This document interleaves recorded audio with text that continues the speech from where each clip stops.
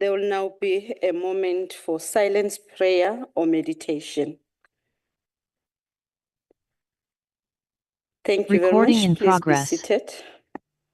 Far from really achieving a culture of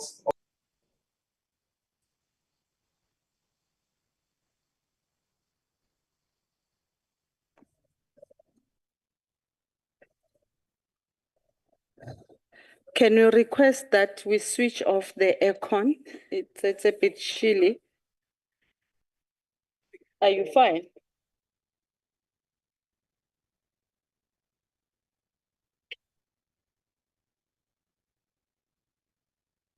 Honorable delegates, I would like to remind you that rules, in particular sub-rule 21, 22, and 23 of Rule 103 shall apply in this House. I will now allow an opportunity to delegates to give notices of motion, which is planned for approximately 20 minutes. I do have, however, a list before me of the honorable delegates who will then be moving for their motions and motions without notice. I will start with notices of motions, and I call upon Honorable Muimang to proceed.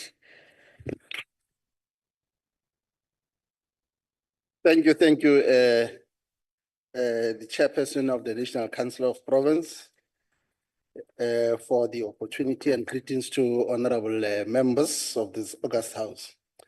Honorable Chairperson, on behalf of the African National Congress, I hereby give notice that in the next sitting of Council, I shall move that the Council debates progress in the professionalization of local government to equip municipalities with a competent, ethical, and skilled workforce to improve service delivery. Secondly, that the Council knows that nearly half of the South Africa's senior municipal officials do not meet the government's prescribed minimum competence levels, and out of 2,747 municipal officials, only 1,565 officials meet the minimum competence level. Lastly, that the Council acknowledges that professionalizing the local government sector includes addressing governance issues, promoting merit-based recruitment, and ensuring adequate training and development for all local government employees to place them at the forefront of the delivery of service to our communities and enhancing municipal service delivery. I so move, Chairperson of the National Council of Province. Thank you. Thank you very much, Honorable Muimang. Can we be assisted? My screen is blank. I don't have the timer. Can I be assisted, please?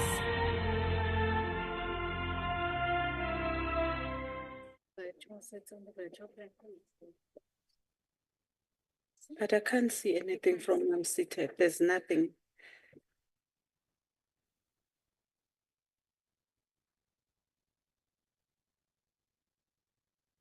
It's like DA.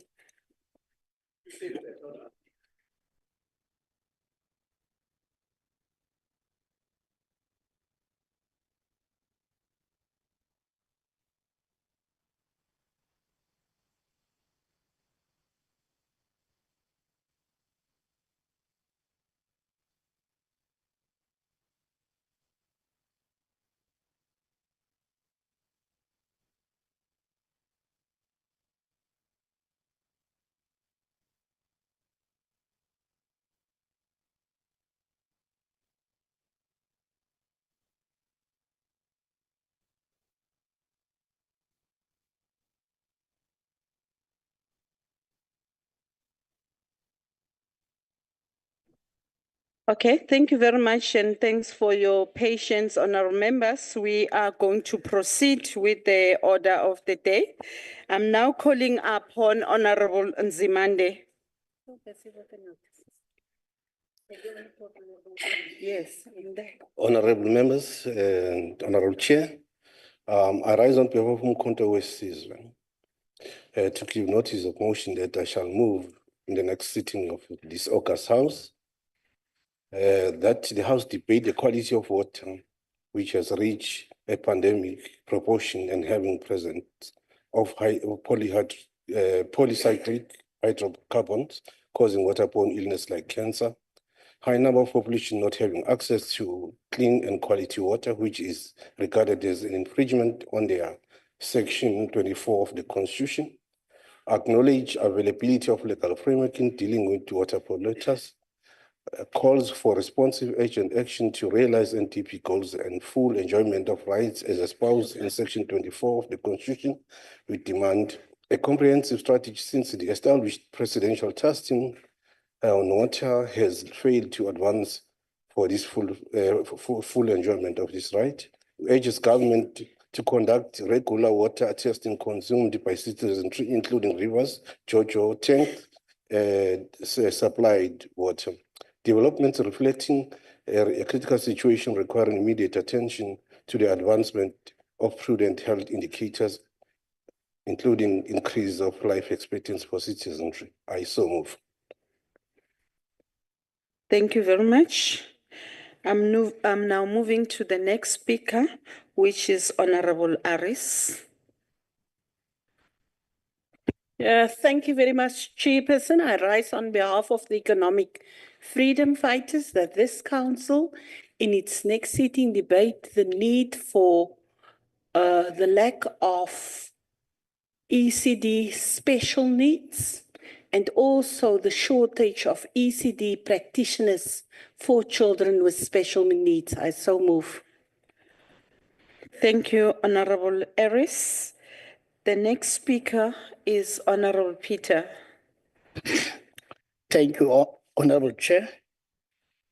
The United Democratic Movement moves that the House, given the several municipalities across South Africa, including Mangaung Metro, Mfuleni Local Municipality, and Nelson Mandela Bay, have returned big amounts of allocated grants to the National Treasury due to underspending.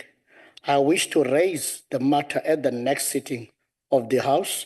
Mangaung Metro returned 1.9 billion, Mfuleni returned 640 million, and Nelson Mandela Bay 430 million. This financial mismanagement comes at a time when residents in these areas are facing severe service delivery challenges, including deteriorating infrastructure, sewage flooding, potholes, uncollected refuse, and ongoing water and electricity issues. I so move.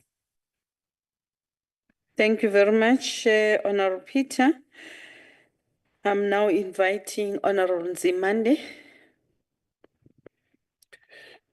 Thank you, Honorable Chair, honorable members. I rise on behalf of Mkhonto wishes to give notice of motion that I shall move at the next sitting of the Circus House that the House debate the delay of removal of asbestos roofs in Free State, intermittently removal of asbestos roofs in Free State linked to each financial year and the health risk thereof, acknowledges a commitment of provincial government to intermittently remove asbestos roofs in Free State to comply with the regulations. We call for compensation of community members who contracted illnesses including asbestosis, mesothelioma, lung cancer as a result of government failure to eradicate asbestos roofs. Demands a comprehensive strategy to eliminate health risk against community members owing to delay in eradicating asbestos roofs in issue, and the strategy should increase the number of houses from 2,000 to avoid further risk and overburdening of health budget. Urges government to conduct regular health screening and testing for communities whose health are at risk to contract asbestos-related illnesses. Developments reflecting a critical situation requiring immediate attention to the advancement of prudent health indicators, again, life expectancy of the citizens. I so move. Thank you. Very much, Honorable Nzimande. I'm now inviting Honorable Chira Mpungose.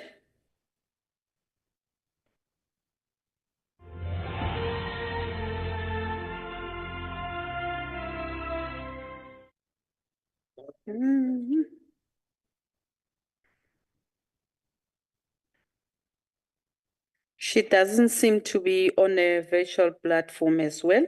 I'm now proceeding to Honorable Sithole. Thank you very much, Chairperson, and greetings to your good self and honorable members in-house and those who are in the platform. Notice of motion, I hereby move on behalf of the African National Congress that in the next sitting of council, I shall move that, number one, the council debate gender transformation and the imbalance that continues to prevail in the small, medium, and micro enterprises sector in South Africa. Number two, note that according to the latest report, men own the majority of SMMEs and dominate those that employs between 51 and 200 employees, with women only 12.6% of these enterprises. Number three, further note that female ownership is most prevalent in a small businesses comprising 1 to 5 employees, with women owning 51.3% of these enterprises. I so move. Thank you very much, Honorable Sithole. That was the last notice of motion, which then takes me to the next step on the order paper, which is the motions without notice. I will now allow an opportunity to delegates who wish to move motions without notice. In terms of the list that I have before me, I've got Honorable Mimang, the Chief Whip of the Council, he's gonna be the first one to move a motion without notice. Over to you, Honorable Mimang, you may proceed. Ke go leboga gape modulasetulo wa ntlo ya di province ya bosetšhaba. I hereby move on behalf of the African National Congress without notice that the council knows with utmost humility and exhilaration the appointment of the Speaker of the National Assembly, Honorable Thoko Didiza, as the President of the Africa Group in the Interparliamentary Union, which is a geopolitical group of all members of the African continent in the IPU. Secondly, that the House acknowledges the appointment of Honorable Didiza, who is currently leading the South Africa's parliamentary delegation to the 150th IPU in Tashkent, Uzbekistan, stand as a testament to her exemplary leadership, stewardship, and unwavering commitment to the advancement of the ideals of peace, development, and cooperation of the African continent.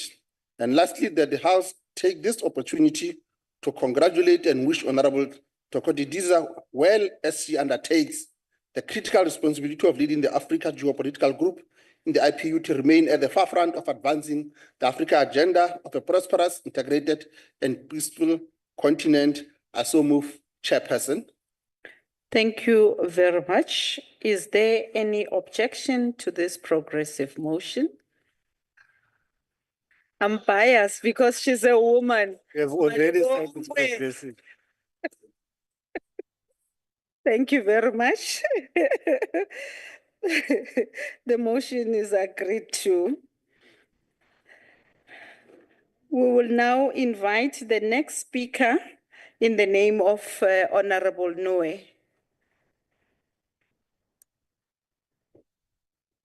Honorable Noe.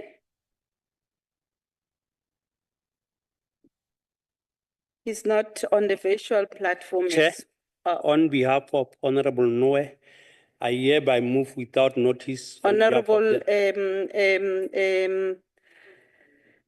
Mukwele, that's not how it's done. A permission is sought prior to that. I have not received any from Honorable Munue that you will be standing on his behalf. So Thank you. therefore, that will not stand, will afford him another chance. The next speaker is Honorable Boshoff. Thank you very much, Chairperson. On behalf of the DA, I hereby move without notice that this council notes with grave concern the recent allegations regarding a senior manager at Tabachero local municipality in Mpumalanga, who is accused of lacking a matric certificate possessing only grade 10 qualifications. Further notes that the Mpumalanga Premier has initiated an investigation into these allegations, and the provincial legislature has called for a comprehensive skills audit of all municipal staff, recognizes that such allegations, if proven true, undermine public trust in our municipal institutions and highlight potential deficiencies in our hiring and verification processes. That this House calls the MEC for Cochrane and Mpumalanga to come and account to the Select Committee on COCTA and Public Administration on the findings of the investigation and audit at the earliest possible time, and finally notes that this process needs to be expedited to restore public confidence in our municipal administrations, to ensure that our municipalities are led by qualified and competent individuals dedicated to effective service delivery. Thank you, Chair. No, thank you very much. Is there any objection to the motion? Object, Chair. The motion stands defeated. We are now moving to the next speaker, which is Honorable Machobeni.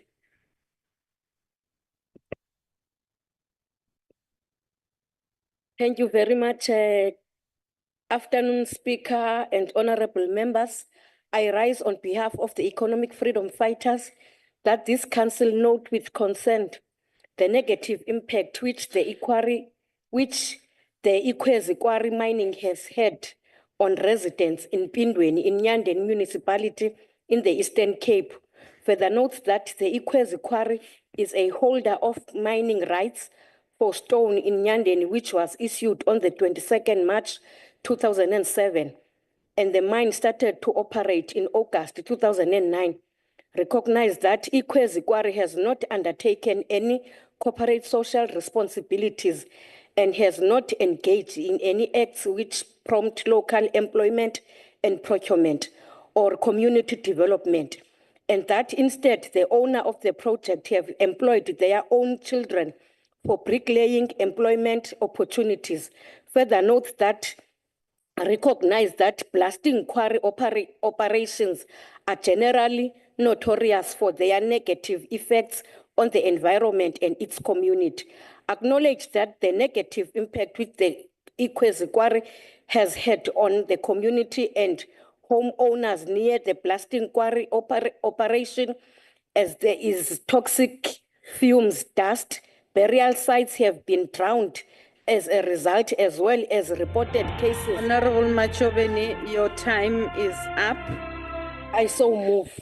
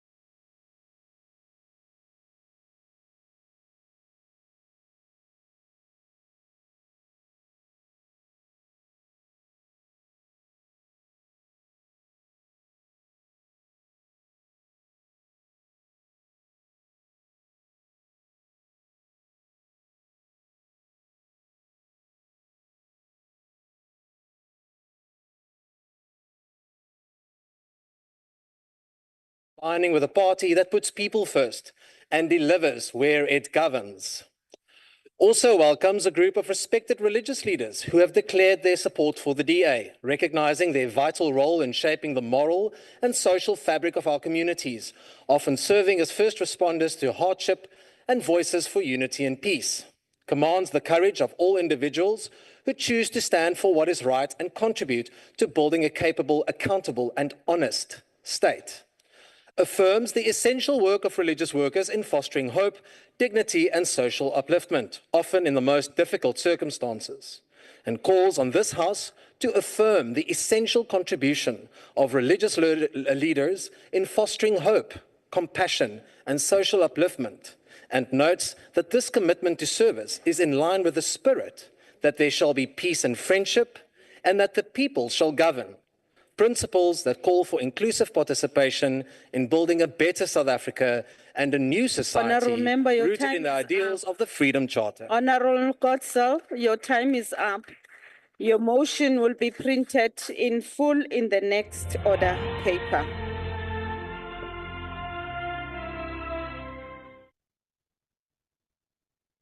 The Order, next Chair. speaker is Honourable Chair. Molukume.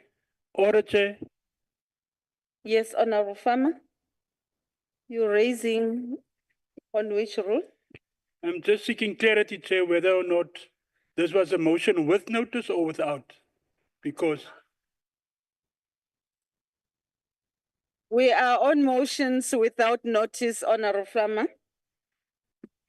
then the PA object, Chair.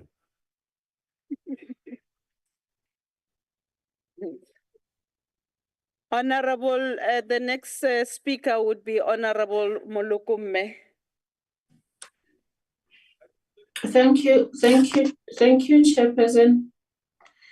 And good evening to honorable members on the platform and fellow South Africans. Chair, I hereby move without notice on behalf of the African National Congress that the Council notes with dismay that no one has yet to face the wrath of law for building collapse in George on the 6th of May 2024. Further notes that this tragedy claimed 34 lives and no one has been held accountable. Acknowledges that a report into an incident finds that while the material used in the construction were of good quality, the building structure is not yet designed to support the worth of building, and calls on the Minister of Women Settlement to release the full report and police to act on all who are criminally liable. Sorry, Chair, I've just lost my close friend. He has just passed on. So sorry for the emotional reaction, Chair. Thank you. Thank you very much, Honourable Molukume. We are so sorry for your loss, and may his soul rest in eternal peace. We sincerely sympathize with you. Honourable Member, there was a notice without a motion without notice that has been tendered by Honourable Molukume. Are there any objections? Pardon? Okay. Thank you very much. We'll now move to the next speaker, Honourable Brett. Thank you, Honourable Chair. I yield my opportunity. I will not table the motion.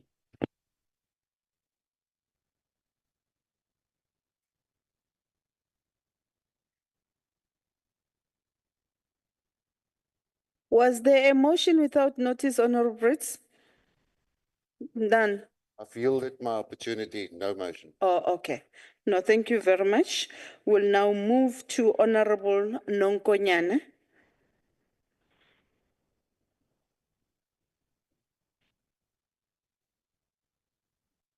Thank you, Chairperson. Honourable Chairperson, I rise on the behalf. Honourable Sibande, I have not received any request that you will be standing in on behalf of Honorable Nonkonyane. So as a result, we'll afford him another opportunity to convey his motion without notice. I'm inviting Honorable Makesini. Thank you, Chair. I rise on behalf of the economic freedom fighters to note the city of Tshwane has taken a progressive and commendable step by approving policy that grants special leave to employees who undergo ukuthwala. This policy affirms the dignity, cultural identity, and spiritual responsibility of African people, which have long been undermined and marginalized under the colonial and capitalist system. The Traditional Healers Organization has rightfully welcomed this decision and has called upon to the organs of state and private institutions to follow suit. Cultural and spiritual practice such as ukuthwasa are not only legitimate by foundational to the identity of well-being of many African workers across the country. The EFF moves that to applaud the city of Tshwane for the leading the revolutionary consciousness affirming African spirituality practice in the workplace. We call upon municipality, provincial government, national department, and private sector to adopt the similar approach to make sure this policy has been implemented. We reaffirm the importance of traditional healers, African spirituality, and the decolonization of workplace policies across. I so move, Chair. Thank you. Thank you very much. Are there any objections? None. The motion is agreed to. We're now moving to Honorable Skier Kochel. On behalf of the Democratic Alliance, I hereby move without notice that this council applauds with appreciation the significant contribution made by local businesses and stakeholders toward the repair and upgrade of the road at Naledi Industrial Park in Metsimolo local municipality. Second, notes that despite ongoing service delivery challenges and inadequate road infrastructure in Metsimolo, this civil society action shows again that regardless of the failures of the ANC-EFF coalition in Metsimolo, the residents stay committed to make their town work. Acknowledges that the total cost of this project amounted to 300,000, of which 220 was generally donated by the local businesses, demonstrating that eendrag maak mag. The DA and Metsimolo congratulates the businesses and community members who stepped up forward to support this initiative, showing leadership, civic pride, and a commitment to economic development and safer roads in our community.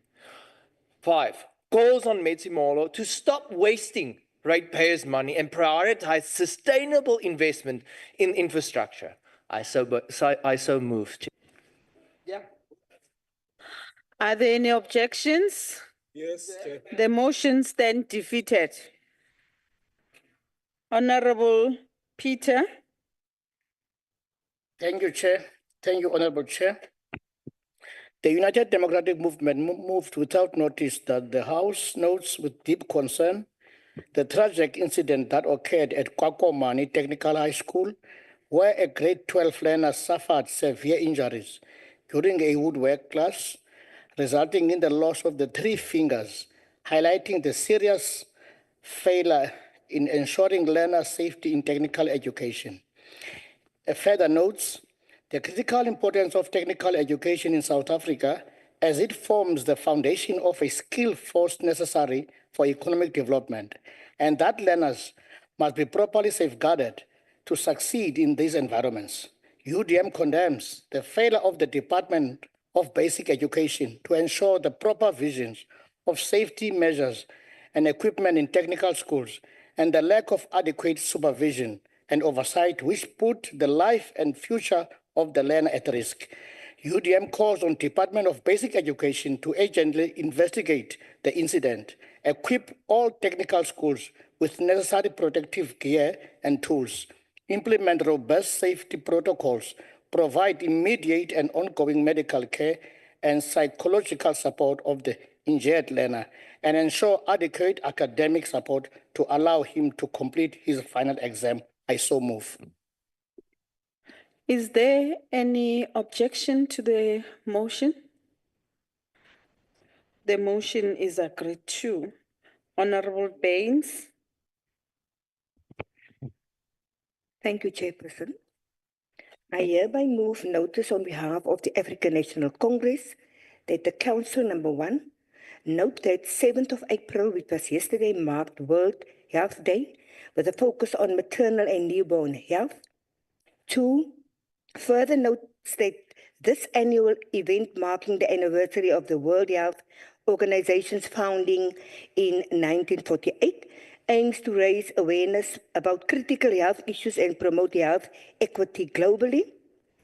Number 3 acknowledges that this year's theme, Healthy Beginnings, Hopeful Futures, launches a year-long campaign dedicated to improving the health and well-being of mothers and their newborns. 4, recognizes that globally approximately 300,000 women die annually due to pregnancy or childbirth, while over 2 million babies die within their first month of life, and around 2 million more are stillborn.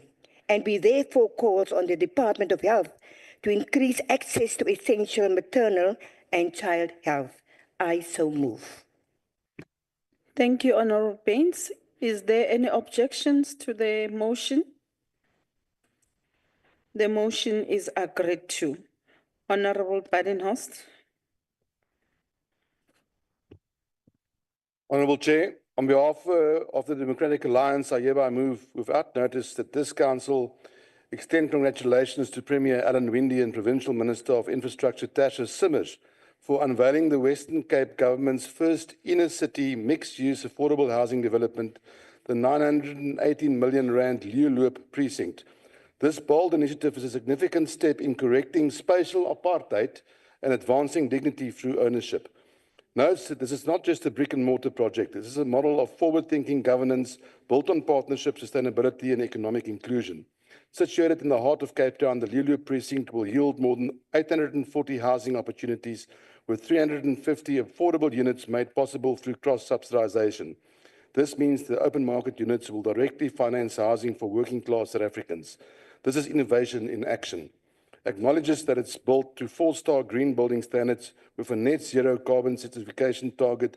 This is not just about building homes, it's about building sustainable, inclusive cities. With 18 to 20 levels of high-rise living, integrated social amenities and modern infrastructure, this is the kind of future-focused development our country so desperately needs. Further notes that but beyond this catalytic project, Premier Winde and Minister Simmers went further by handing over some 71 title deeds to financially distressed homeowners. In partnership with First National Bank, these families who once feared losing their homes now own them outright. I so move.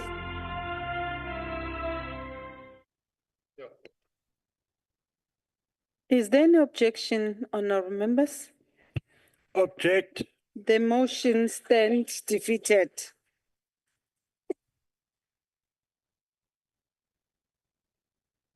I'm now inviting Honourable Zulu. Order, honourable members. Honourable members, order. Thank you very much, Honorable Chairperson. I hope this one I'm about to give will be progressive as well. You go straight to behalf your of the motion. You've MKP lost 30 seconds already. On behalf of the MKP, hereby move without notice that the Council notes with concern the ongoing technical challenges affecting the functionality of the e-Home Affairs portal, including frequent system crashes, slow processing times, inadequate security measures, and insufficient user support. Here are some Home Affairs locations in Mpumalanga that have faced the challenges with e-Home Affairs services. Emalahleni with bank experienced technical issues with online booking system. Bombela and Nelspruit faced the challenges with long queues and wait times. Secunda had issues with smart ID card and passport implications. Further notes that these persistent issues significantly hinder citizens' access to essential services such as identity documents, passports, and other critical civil documents.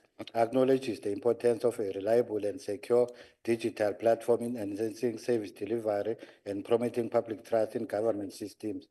therefore calls on the Minister of Home Affairs to take urgent and effective steps to resolve the technical problems affecting the e-Home Affairs portal and to ensure the system is secure, efficient, and accessible to all citizens. I move that this motion be adopted by the House Your without... time is up, Honorable Member. Your motion shall be put on an order paper, so I didn't have an opportunity to say whatever you wanted me to say. The next motion is from Honorable Ndlangisa Notata.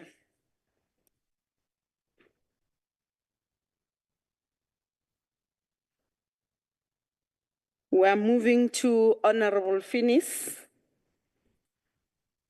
Thank you, Chairperson. I hereby move without notice on behalf of the African National Congress that the House notes that April is observed as World Autism Month, which is a month dedicated to increasing understanding, acceptance, and support for the autistic community.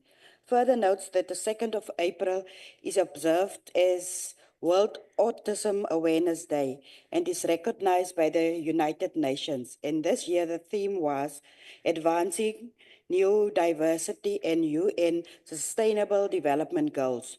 Acknowledges that autism spectrum disorder, ASD, is a developmental disorder that affects social interactions, communication, and behavior, and therefore calls on the Department of Women, Youth, and People with Disabilities to continue with their plans of including matters of neurodiversity conditions and neurological disorders in the new legislation. I so move. Thank you, Honorable Finis. Is there any objection? The motion is agreed to. We're now moving to Honorable Andrianse. Thank you, Honorable Chairperson. On behalf of the Democratic Alliance, I hereby move without notice that this Council notes with pride that Klerksdorp Tshepong Tertiary Hospital in the Northwest Province was recognized as the best provincial hospital for providing exceptional practical training to nursing students of the Northwest University, which has been awarded on Friday, 4 April 2025.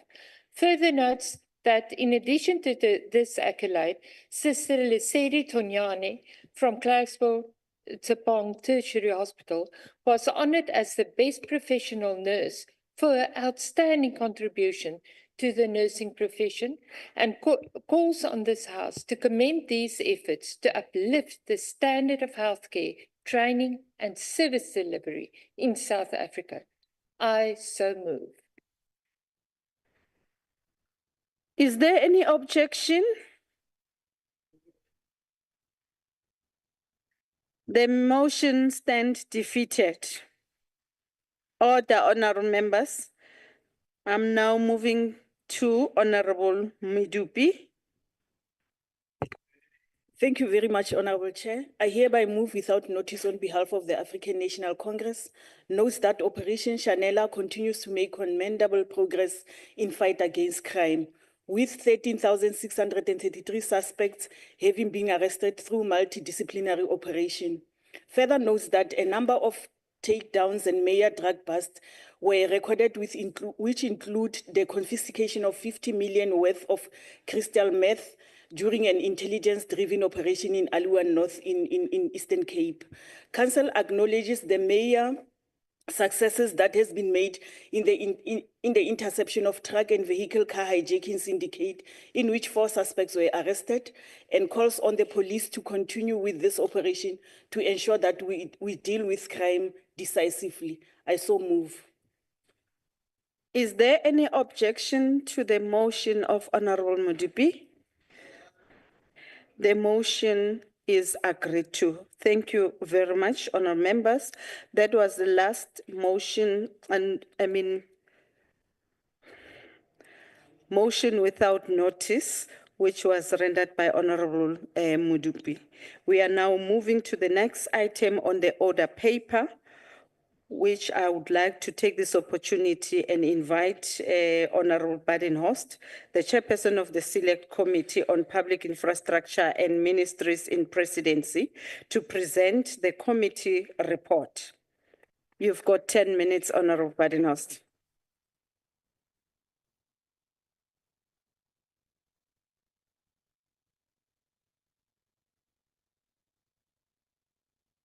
You can start.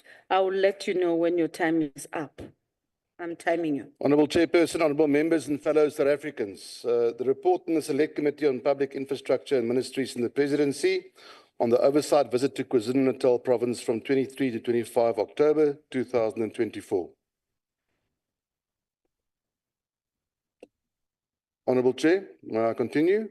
Thank you, Honourable Chair. Honourable Chair, the full report was ATC'd and was circulated to all the members, so it's not my objective to verbatim parrot read the report to the House today. I will do an executive summary.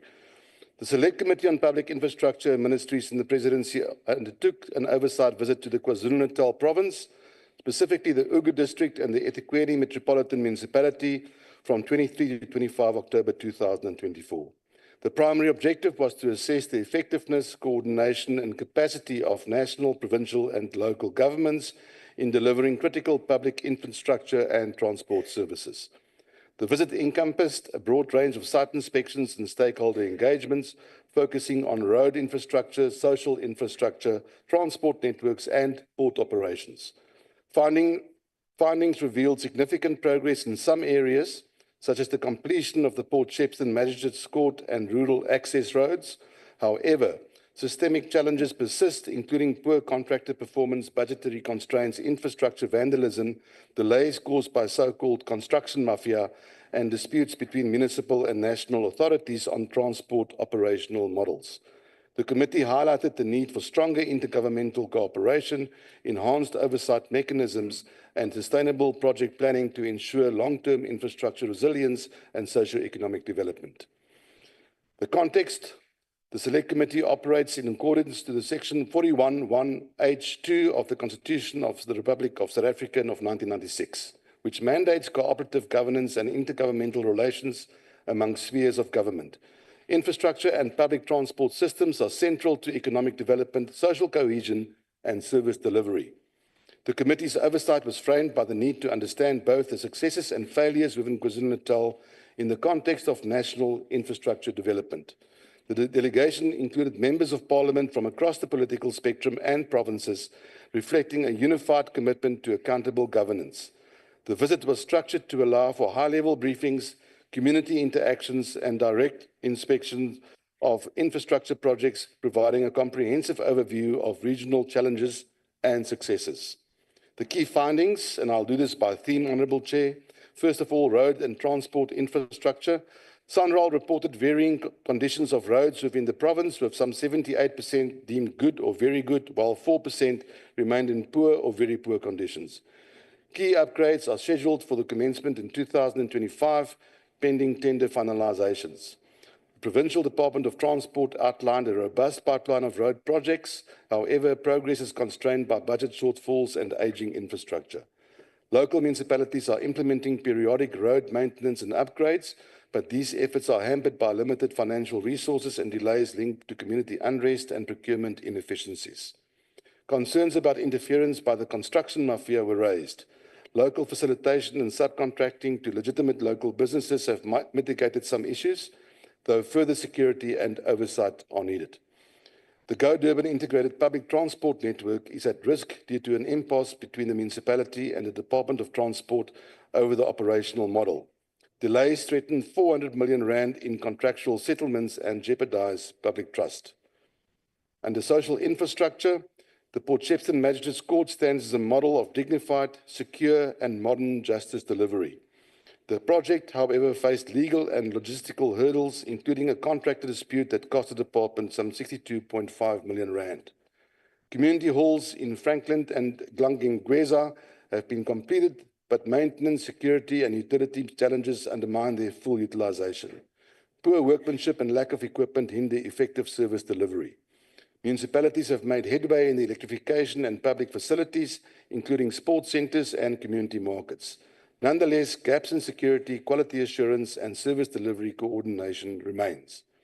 Under water and sanitation, the Ugu District Municipality is currently reliant on outsourced water tanker services due to the destruction of municipal assets during unrest.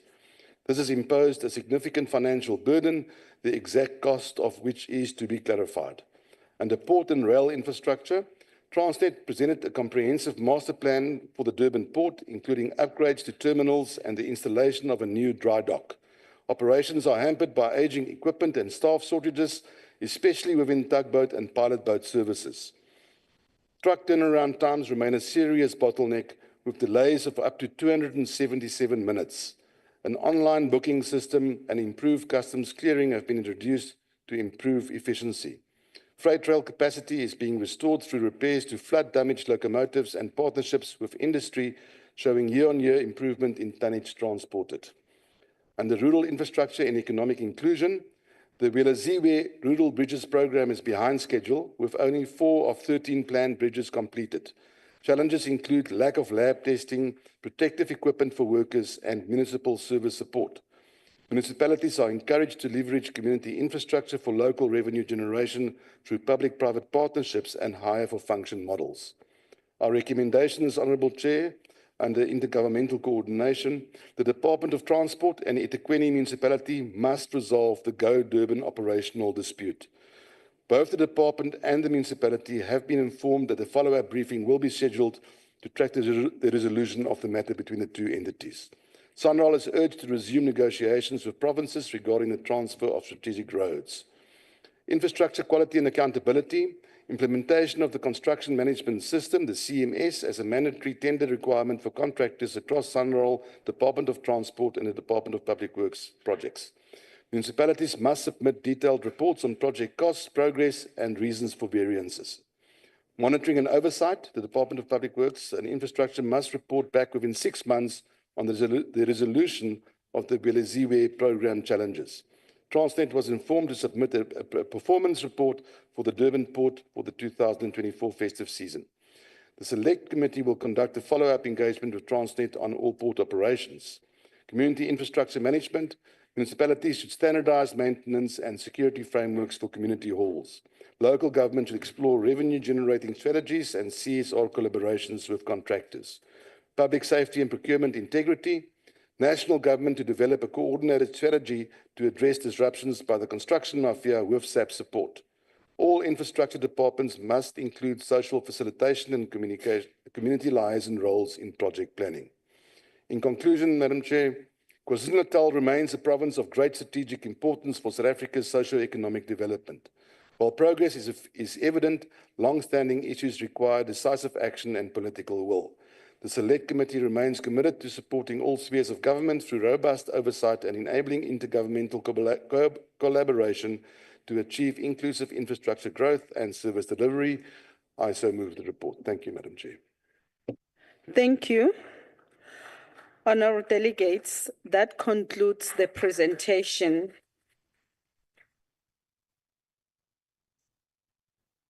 I now put the question.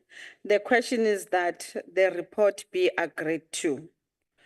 Before we proceed to voting, I shall allow provinces an opportunity to make their declarations of vote in terms of Rule 86, if they so wish. I'm going to start with the province of Eastern Cape. Chairperson and honorable members, first and foremost, I must apologize for arriving to this session late, although I connected on time. The Eastern Cape, the province of the legends, is very pleased to hear that our colleagues did visit our province and actually trying to promote the provincial interest as well as the local interest. And as the Eastern Cape, we are very, very pleased and hope, therefore, that their recommendations will be taken seriously and implemented. Thank you, Chair. Thank you very much, Ndabezitha. The province of Free State. Thank you, Honorable Chair. We have nothing to declare the province of the Free State. Thank you very much, Honorable Nue. The province of Gauteng.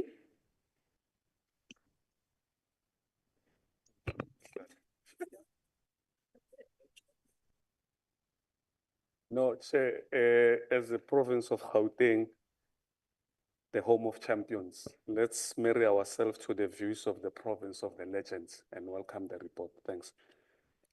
Thank you very much. The province of KwaZulu-Natal. Thank you, Chairperson. We, on behalf of the province of KZN, we commend the work that's been done by the committee, and we certainly welcome the content of the report. I'm not sure if there are other spokesperson of the province. Honorable members, please, can we allow the speaker on the floor an opportunity? We welcome the report, Chairperson. Thank you very much. Honorable Queen, this is your turn. Eagerly waiting for it. No, I no. could see you were so stressed. No. No, thanks very much, Chairperson. Honorable members, greetings to you. As Limpopo Chair, we've got nothing to declare. Thank you. Thank you very much, Mpumalanga. Thank you, Chairperson, and good afternoon to yourself and honorable members. The province of the rising sun, we agree. Thank you very much, MEC. Northern Cape, North Cape, Honorable Finis. Dankie, voorsitter. As die Noord-Kaap verwelkom ons die report. Baie dankie. Northwest, Honorable Stolle. Thank you very much, Chairperson. As Bokono Mupirima, we welcome the report. Thank you so much. Western Cape. Thank you, Madam Chair. The Western Cape welcomes the report. It thanks the committee for all their hard work, especially the committee chairperson for the eloquent delivery of the report. Thank you very much.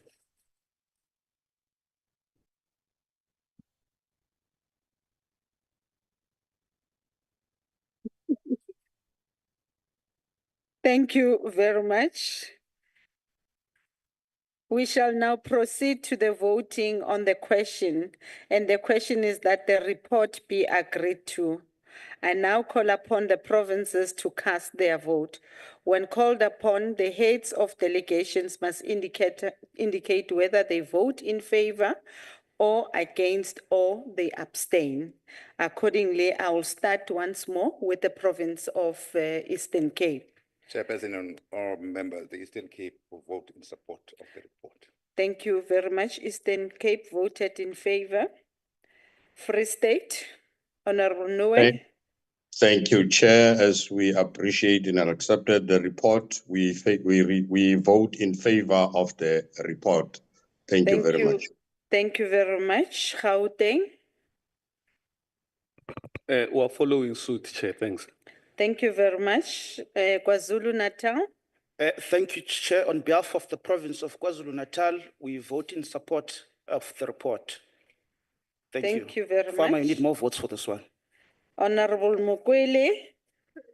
On behalf of Limpopo province, we vote in favor.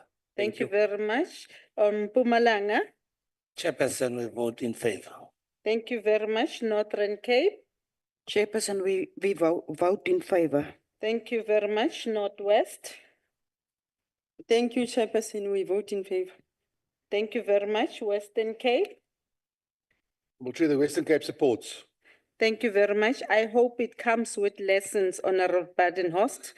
Honorable members, they don't play the man, they play the ball.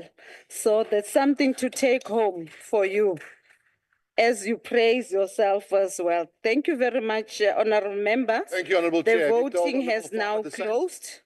All the provinces have voted in favor of this report. I therefore declare the report agreed to in accordance with Section 65 of the Constitution. Thank you very much. Honourable delegates, we shall now proceed to the subject for debate as printed on the order paper, which is the debate on the 31 years of democracy, commemorating 31 years of collective efforts to build a new society rooted in the ideals of the Freedom Charter. I now call upon Honourable Khatebe, the House Chairperson, to open the debate. You've got 20 minutes.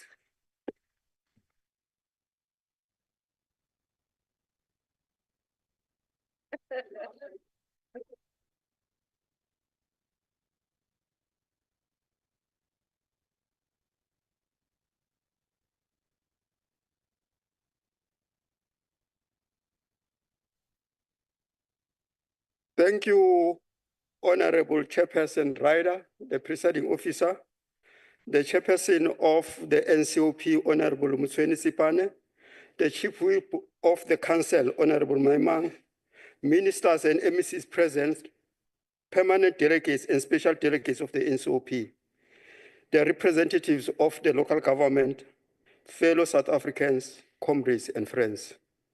It is with deep humility and profound sense of pride that I rise to participate in this important debate, a debate that honors and commemorates 31 years since the dawn of democracy, and our collective journey in building a new, inclusive, just society rooted in the timeless ideals of the Freedom Charter. I feel excitement and pulsing in my heart. This moment is not just about history. It is about the future. For me, as the member of the African National Congress, this day rings with the voices of our great leaders who came before us. These men and women shaped our path to freedom. They stood firm when darkness threatened to swallow our dreams. I'll quote one leader, Nelson Mandela, who has inspired us with his lasting words and important words when he said, I quote, "The wealth of a nation lies not in gold or in diamonds, but in the harmony and happiness of its people," unquote. I hear this message and it gets deeper in the depths of my soul. It teaches us the value of unity. So without unity, there's no possibility to work things out. With unity, we can change the world. And this also affirmed by the late President of the ANC, Oliver Tambo, when he said, I quote, "It is our responsibility to break down the walls of separation and inequality," unquote. And we fitly celebrate today the victory of such labor of people like Mandela and Tambo. Our democracy stands as a testimony to the sacrifices made by men and women of freedom. For more than just an expression of commitment to liberate this nation, Walter Sisulu stands as a fulfillment of his own words when he said, I quote, "Together we have the power to transform society and reclaim our dignity as a people," unquote. In parliamentary literature, in law and policies, his dreams grows by day. It is here in this parliament. Honorable Chairperson, today we stand in the shoulders of the giants who in 1955 gathered in Kliptown and boldly declared that South Africa belongs to all who live in it, black and white. And then they made a clarion call that no government will justify its existence unless it is by the will of the people. That was why the first clause of the Freedom Charter is very clear. The people shall govern. The Freedom Charter was not just a document. It was and remains a blueprint for a democratic, non-racial, non-sexist, united, and prosperous South Africa. As we engage in this debate, we should remember Solomon Kalush Mahlangu, a prominent South African freedom fighter and Umkhonto weSizwe operative, who was a staunch supporter for Freedom Charter and dedicated his life to the cause of liberation, and ultimately dying a martyr for the cause he believed in. His last words before he was executed on the 6th of April 1979, we commemorated him on Sunday. It was the 46th anniversary of his death. He said, I'll quote, "My blood will nourish the tree that will bear the fruits of freedom. Tell my people that I love them. They must continue the struggle." That was a young man who was facing the gallows who made that clarion call. But this issue that we must continue to struggle didn't end up there. Even after we've attained democracy, it is the struggle of everyone in this house to ensure that South Africa becomes a prosperous country and a unified country. This echo, this clarion call of Solomon Mahlangu echoes what Steve Biko also said before he passed on. He once said, it is better to die for an idea that will live than to live for an idea that will die. So the idea of the Freedom Charter, which Solomon Mahlangu died for, is living. How do we know that it is living? Because when we look at our constitution of the country is a mirror image of the Freedom Charter. Those people who fought against Solomon Mahlangu, right now they are embracing this constitution of the Republic because Solomon Mahlangu, he preferred to die for an idea that will live than to live for the idea that will die. So we must honor such heroes. The Freedom Charter emerged from a deeply oppressive socio-economic and political environment marked by social segregation, economic exclusion of the Black majority, and denial of basic human rights. At the time, apartheid policy had entrenched systematic inequalities and stripped non-white South Africans of land, political representation, and dignity. The Charter boldly articulated a vision for a non-racial, democratic, and just society, encapsulated in its opening declaration, the people shall govern. It significantly influenced the ideological framework of the ANC and the other liberation movement, laying the foundation for the eventual constitutional democracy established in 1994. Since 1994, under the leadership of the African National Congress, we have worked tirelessly to give practical expression to the Freedom Charter. We expanded access to education. The doors of learning and culture shall be open. We brought basic services to the people, the right to health. Millions, we brought basic services to the people and enshrined human rights in our constitution and opened the doors that were once shut for the majority of the people. Section 1 of the constitution speaks of human dignity, the achievement of equality and the advancement of human rights and freedom. Section 9 affirms the right to equality, while Section 10 to 35 provide a comprehensive framework to safeguard the rights and freedoms of every citizen. Honorable members, these constitutional guarantees are directly aligned with the strategic vision of the ANC, that of building a national democratic society, a society where the legacy of apartheid is decisively broken and where all South Africans can live with dignity and opportunity. But to truly realize this society, we must give practical meaning to social justice. This means addressing structural inequalities that persist in access to education, healthcare, land, and economic opportunities. It means transforming institutions and informing and fostering an economy that benefits all the people, not just a few. In the spirit of the Freedom Charter, we must recommit ourselves to the progressive realization of socio-economic rights, including access to housing, water, education, healthcare, electricity, rights that are not luxuries, but constitutional entitlements. Chairperson Ryder, the NSUP, as the voice of the provinces, plays a pivotal role in ensuring that the policies and laws reflect the lived realities of the people on the ground. It is here that we must amplify the voice of the rural people, the elderly, and those who remain in the margins of democracy. Chairperson, the progress we have made is not accidental. It is the result of intentional, sustained, and collective efforts by government, civil society, labor, business, and ordinary South Africans, all committed to dismantling the legacy of apartheid and building a new society grounded on equality, justice, and shared prosperity. But we must be frank, the work is not done yet. Inequality persists. Poverty still haunts us. Still haunts the many. And the promise of true economic emancipation is not yet realized. This moment calls not for complacency, but for renewed commitment to the founding principle of the Freedom Charter, that the land shall be shared by those who work on it, and that the people shall share the wealth of the country. It cannot be that in 2025, the face of poverty in South Africa is still a Black African woman. It cannot be. So it is the responsibility of the institutions like this to ensure that that legacy is eradicated forever. Honorable members, 70 years later, the relevance of the Freedom Charter has not diminished. It continues to guide South Africa's transformation agenda and provides a moral compass for addressing the challenges that persist in our democracy. It reminds us that while political freedom was achieved in 1994, the work of economic emancipation, social redress, and inclusive development is far from over. The Charter envisions a South Africa where the national wealth shall be restored to the people, and we shall all enjoy equal human rights. These ideals remain embedded in our Constitution and inform the national development and government policy as we speak today. Honorable members, as we mark the 70th anniversary of the Freedom Charter, we must ask ourselves, are we living up to the spirit and the letter of the Freedom Charter? Are we dismantling the structural inequalities of the past, or are we merely managing them? As representatives of the people, we must recommit to the Charter's values. We must ensure that land reform is accelerated, education is transformed, inequality is reduced, corruption is eradicated, because these are not just policy imperatives.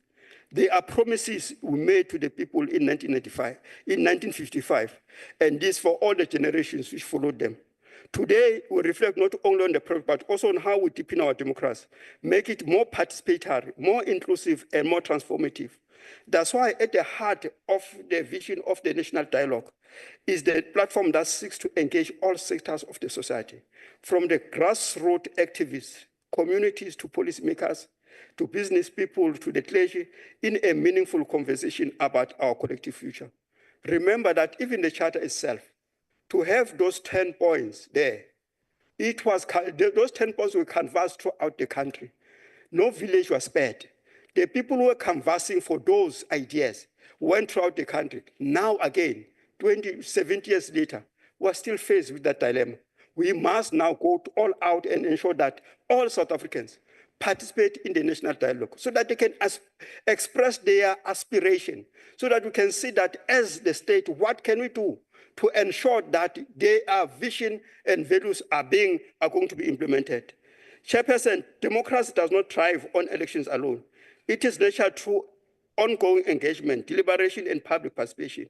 The national dialogue gives the voice to ordinary citizens, especially who feel marginalized by political processes. It is a tool to strengthen the legitimacy of our democratic institutions by anchoring them in the will and experiences of their people. Furthermore, through the dialogue, citizens are not just spectators, but active participants identifying challenges, shaping policies, and co-creating solutions.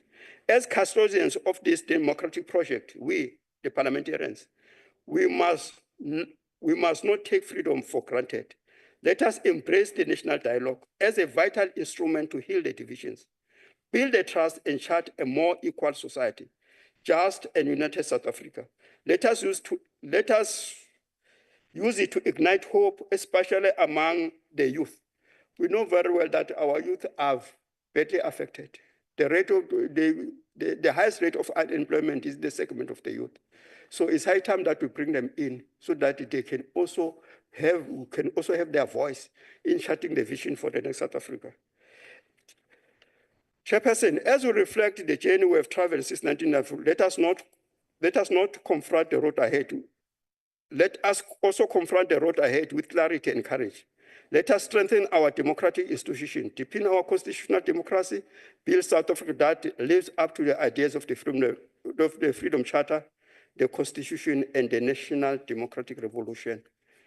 Over the past 30 years, under the leadership of the ANC, we have steadily translated the noble aspirations of the Freedom Charter into tangible change through progressive legislation, bold policy reforms, and meaningful economic and social interventions. Such interventions like the National Health Insurance, the Extended Public Works Program, the National Minimum Wage, the broad-based Black economic empowerment, the no-fee school policy, the National Student Financial Aid Scheme, land reform laws, and social grants now reach over 18 million people.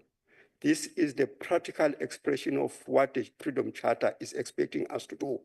We are already doing it, but what we must do is that we must do more. Together, we must do more, because a lot of people are still outside the net. In celebrating Freedom Day, let us remember that freedom is not a destination, but a continuous journey. It is only through the attainment of the national democratic society that we will say with confidence that freedom and democracy are not merely commemorations, but celebration of a just, equitable, and human society we continue to build. Let us continue to build South Africa where there shall be houses, security, and comfort. A country where opportunity is not a privilege of the few, but the right to all. The Freedom Charter is a roadmap, and our response is to walk the road with courage, purpose, and integrity. I urge all of us to harness this debate and transform it into a call for action. I'm making that appeal because we need each other more than ever. Because if we don't unite as South Africans, there are eagles out there who can take us out at any time. So it's very critical that the very same constitution we're celebrating, in its first founding foundation, is very clear. It says that South Africa will be a one sovereign state. One sovereign state. So when you speak about a sovereign state, you speak about a state where there is a flag, a national flag, where there's a national anthem, where there's a national emblem, where there are national symbols, where all the people have got a right to participate in elections. So we must ensure that it is done. No matter what differences we have as the South Africans, we cannot run outside the country and go and request audience from other countries out there. Because if we can do that, they'll see that as a weakness on our side, and they'll come and charge. The very same people who went out and requested support from people from exile, they are crying today because what they have done has backfired. It's affecting everyone negatively. So that's why with this debate today, let us harness the energy of South Africans and ensure that as a united nation, we build a better South Africa for all the South Africans. As the Freedom Charter said in 1955, South Africa belongs to all who live in it, black and white. Bye, thank you. For certain. Thank you very much, House Chairperson Khadebe, for introducing the debate to us. Good afternoon, honourable members, ladies and gentlemen. Thank you for joining us today. Special thanks to the people in the gallery, and I'd like to extend a warm welcome to Mr. Sifiso Shubango, who's an English teacher from Salt Rock in KwaZulu-Natal, and to Mr. Nicholas de Jager, who is a geneticist from Cape Town, on his way to share his knowledge in Spain fairly soon. Honourable members, with that, I'd like to invite Honourable Godsell. If we can ask Honourable Godsell to take his place at the podium and further the debate.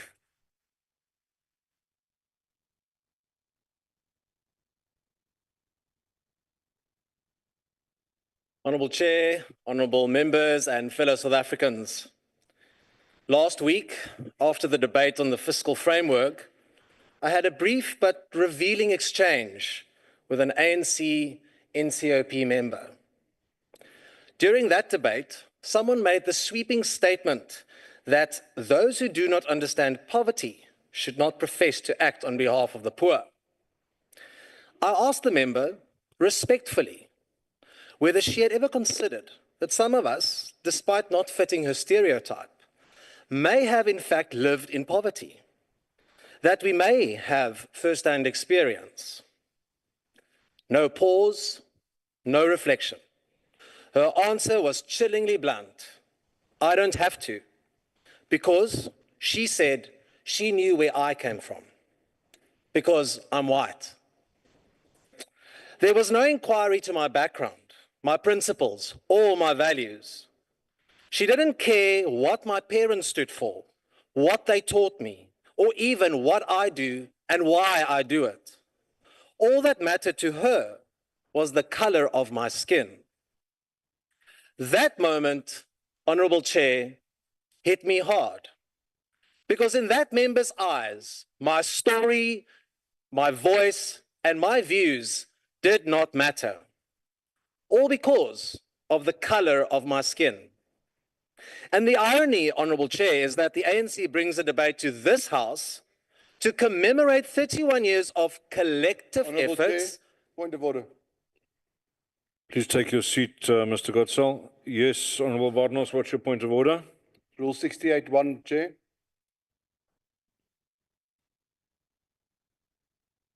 Please continue. Chair, no delegate may interrupt another delegate while they're speaking. It's obviously the truth is hurting these delegates, and so they are not allowed to speak while another delegate is speaking. Honourable members, order, please. Order, please. Honourable members. Order. Order, members. Honourable members, please, let's have due regard for the people at the microphone. You are welcome to take up your comments with them when it's your turn to debate, but let's not drown out the speaker while they're standing at the podium. Honourable Godsall, please continue. This proves my point. So the ANC brings this motion to commemorate 31 years of collective efforts to build a new society rooted in the ideals of the Freedom Charter. But what collective effort is there when some citizens are told that their voices do not count? And yet, here we are 31 years into democracy, and members of this House openly says that some people, based on the color of their skin, should not speak, should not be heard. Because what this member said, and what so many others in the ANC, the PA, EFF, and MK say, flies in the face of the very soul of the Freedom Charter. And as Honourable Khadebe has just said, it is that South Africa belongs to all who live in it, black and white, and that no government can justly claim authority unless it's based on the will of all the people. These were not just words, they were lived values paid for in sacrifice. Oliver Tambo gave his life to fight for freedom in exile, never once wavering in his vision of a united, non-racial South Africa. Helen Suzman, for 30 years, the lone voice in Parliament against apartheid. She stood with principle and integrity, opposing injustice, no matter where it came from. Their struggle was for a country where dignity, equality, and voice would never again be determined by race. Yet today, some members in this House betray that legacy. Honourable Chair, we all know what's coming. Some will deflect from their failures with tired racial rhetoric, claiming once again that the DA doesn't care for the poor. And no doubt Honourable Farmer from the PANC, cheered on by the ANC for every tirade against the DA members, will do the same. He'll sing for his PANC President supper, even if it means selling out his own voters to higher VAT and more taxes. So let me say this clearly. That accusation is not only false, it's offensive to every single DA councillor, mayor, or public servant who wakes up every morning to serve all South Africa's communities with integrity. We don't speak for the poor with slogans, we serve the poor with action, regardless of the color of their skin, because the DA is the most diverse political party in South Africa. Order, Chair. Order, Chair. May the member take... Sorry, Honourable Mkunyana, I haven't noted you yet, please. But please proceed, since you've taken the stand. Thank you, sir.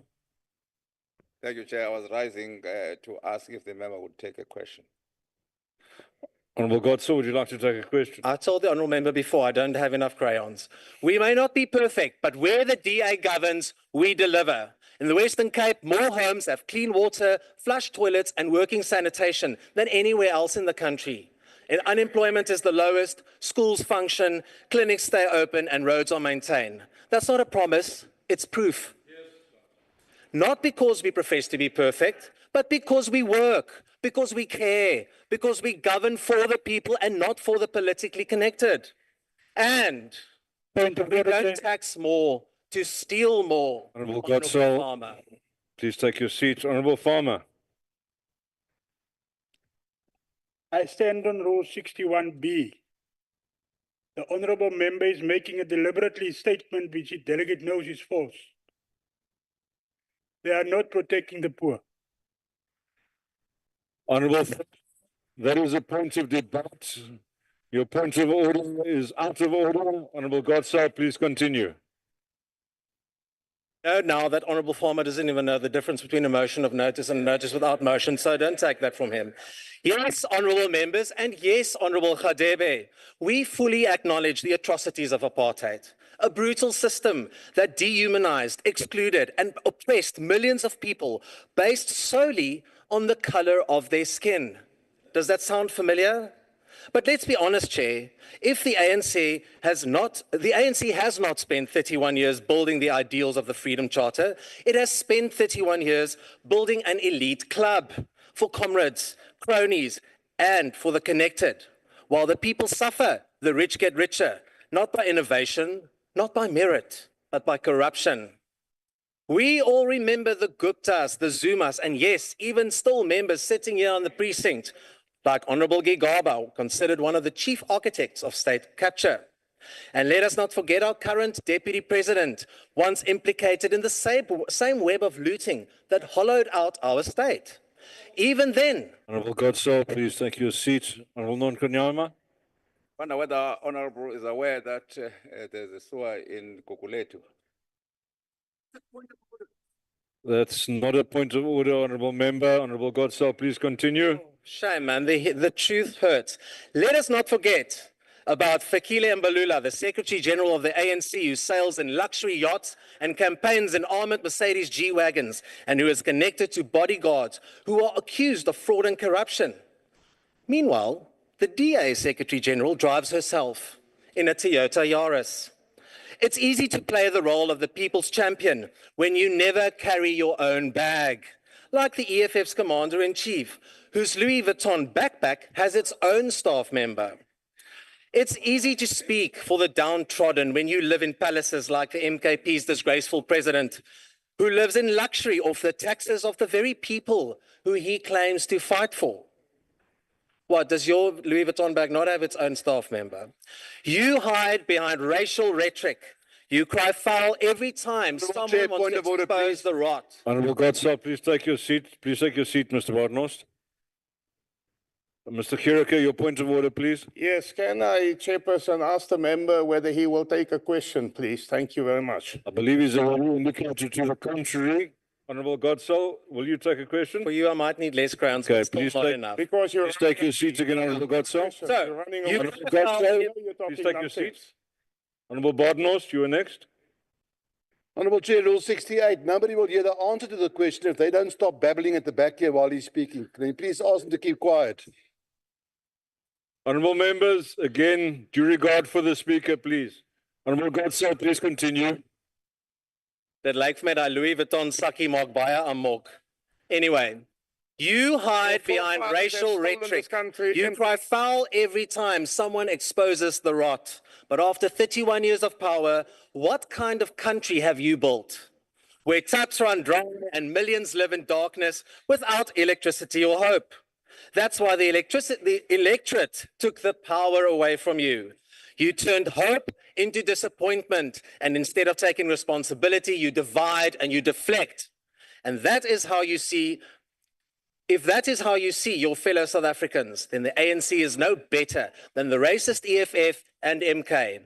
In their hatred and hypocrisy, they deserve each other. This is not justice. This is not freedom. And it is certainly not the vision of the Freedom Charter. The Charter says South Africa belongs to all who live in it. Until that is truly embraced, we are not building a new society. We're just repainting some old walls. Thank you. Thank you very much, Honourable Godso. Honourable members, I do wish to remind you, please, there is scope for disagreement in the House. There are rules that permit heckling, but please don't drown out the speaker. It's inappropriate to hold a monologue for the duration of the speaker's speech. The parliamentarians, we are early in the debate. Let's try and be nice to each other. Honourable members, we now invite the Minister of Human Settlements to participate in the debate. Honourable Simelane. Thank you very much, House Chair, Ryder, Honourable Chairperson of the NCOP, Ms. Refile Mtsweni-Tsipana, Honorable Deputy Chair, Mr. Governor, honorable members, ladies and gentlemen, good afternoon. Thank you very much, firstly, for affording me an opportunity to participate in this important debate.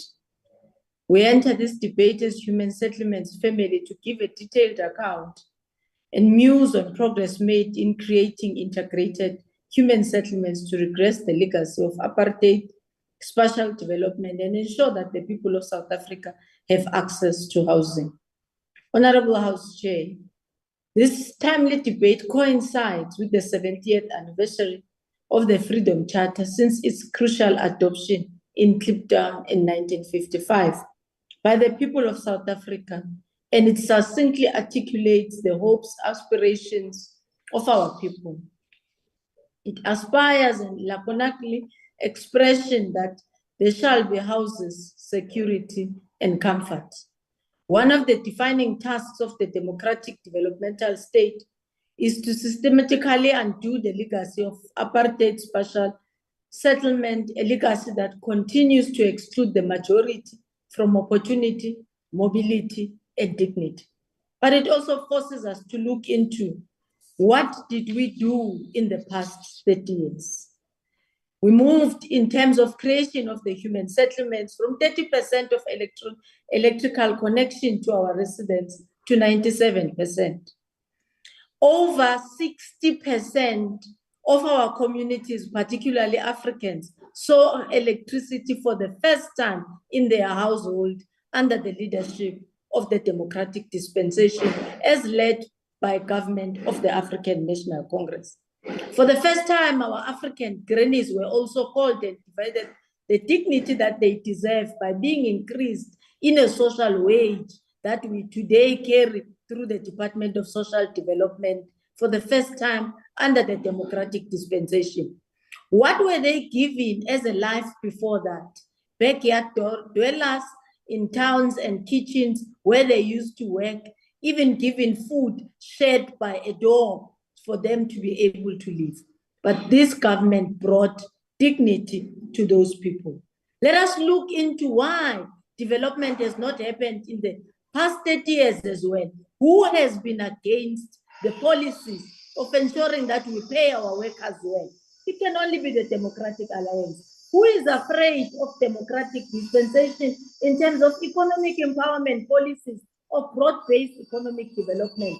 We may talk about the elite and the people who are supposed to be developed in this country, but who does not want the inclusion of economics in terms of the life of Black people to come and be part of those people who need to be saved.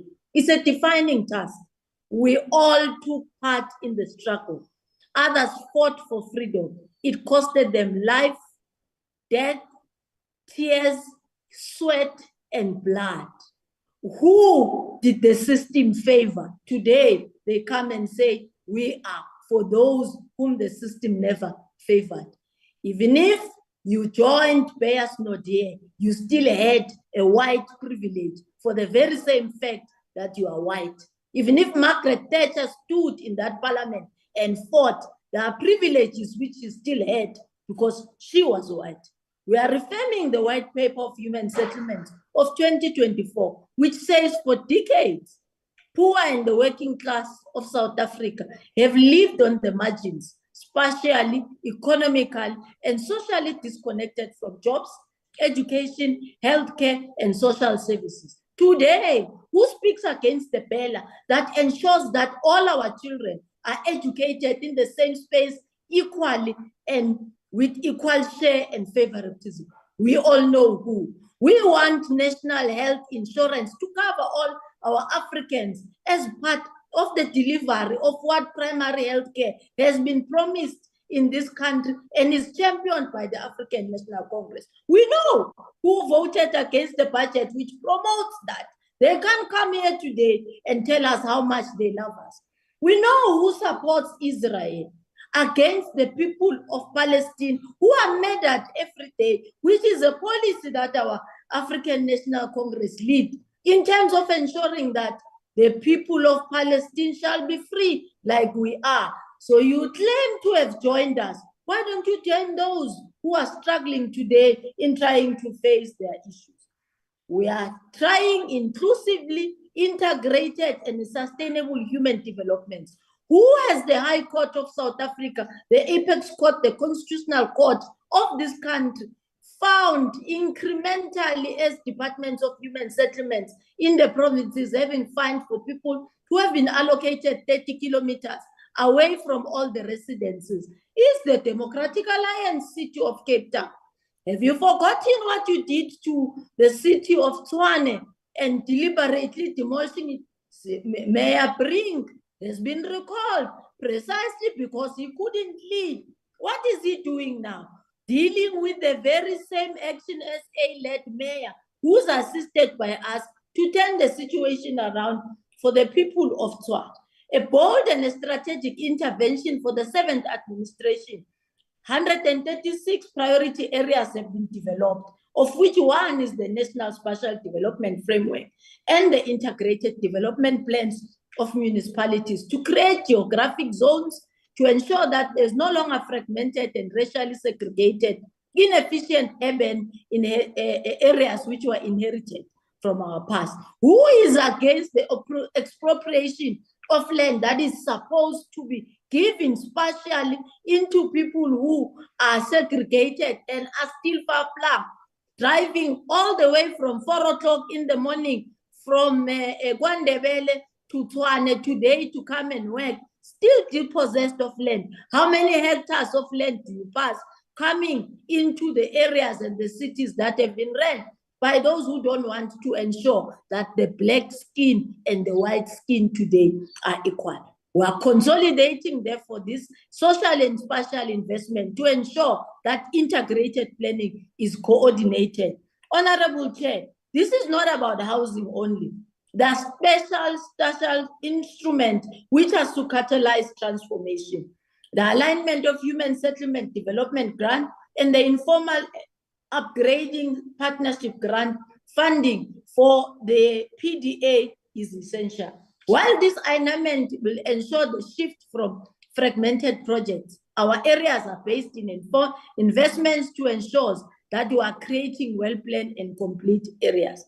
In line with the white paper, there are 3 areas that the Human Development Agency, HDA as we normally call it, will focus in collaboration with provinces and municipalities in driving the identification, acquisition, and release of land, the compact connectedness of urban areas, improved access to economic opportunities, long-term sustainability, and efficient infrastructure use, which we are going to enforce in all the areas, including expropriating pieces of land that are not being utilized in the city centers to ensure that we house our people so that they can be convenient and come closer to your homes and clean, but not be forced to travel far-flung into villages where they are supposed to be staying.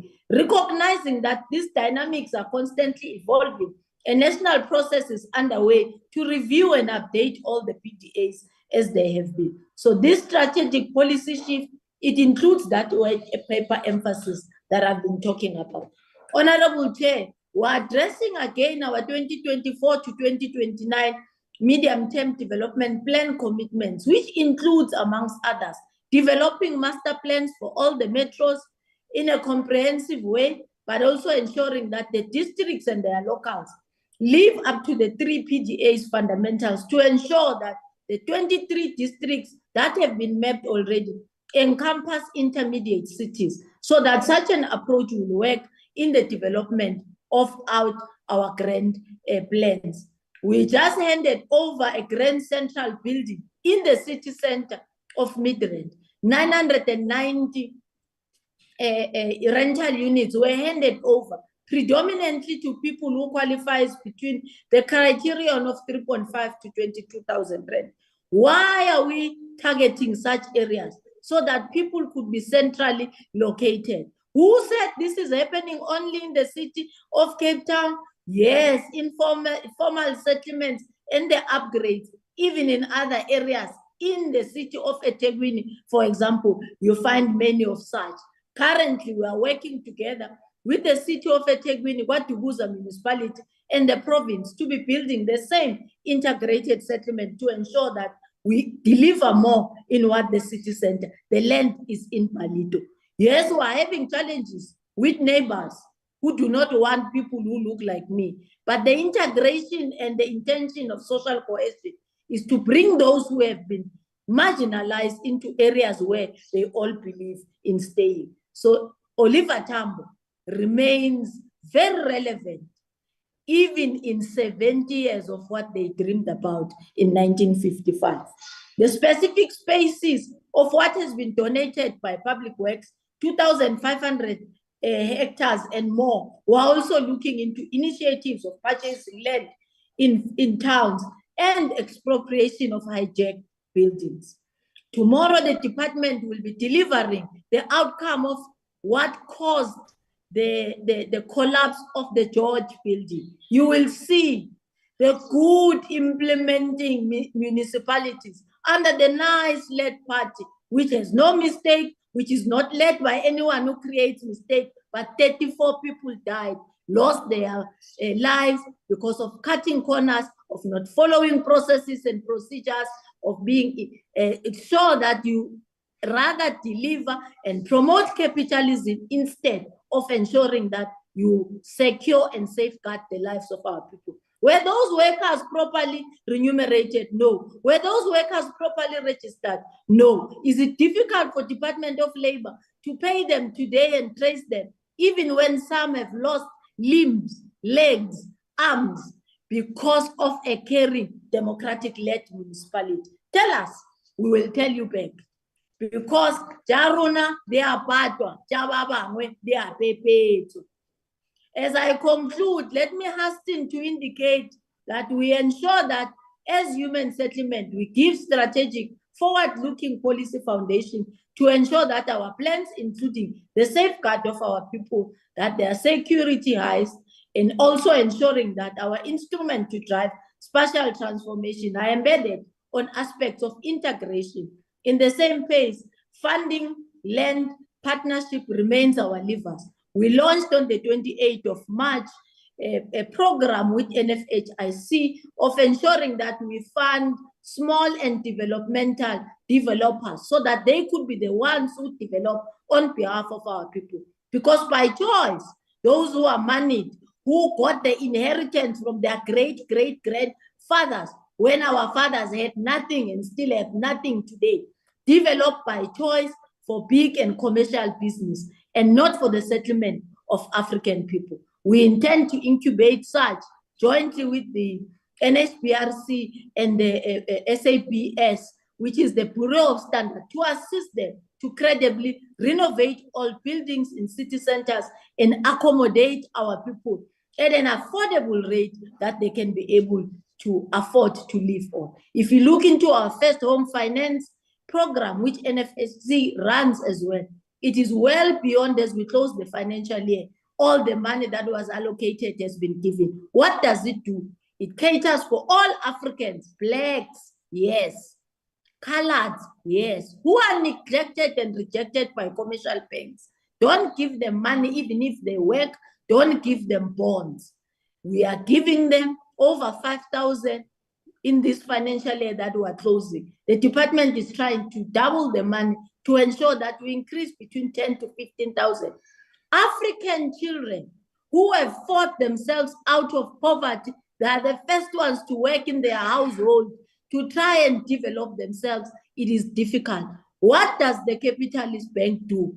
Shun them out and not give them access to life closer to where they want to live. We will continue 70 years on the ideals of what O.R. Tambo mandated us to do and say the sun will shine beamingly in the face of an African child to ensure that life becomes better and desirable. It is our firm commitment to prioritize the legislative and policy amendment and intensify our implementation, scale up innovation, and close the service delivery gap.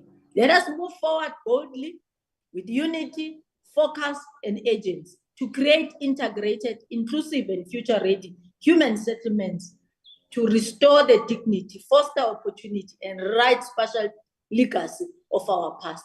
We know those who loved us before. We know those who were on our side then. We know Thank you, today Minister.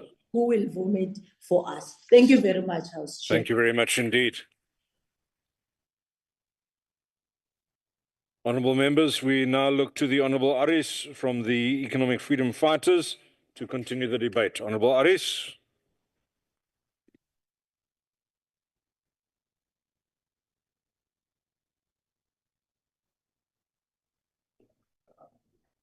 Thank you very much, Chairperson.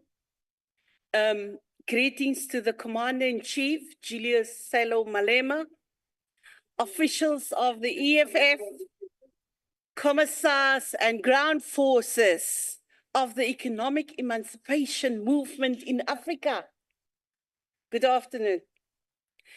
It is important to note from the backdrop of the existence of the EFF that notable efforts would have been cited in the relation to this debate.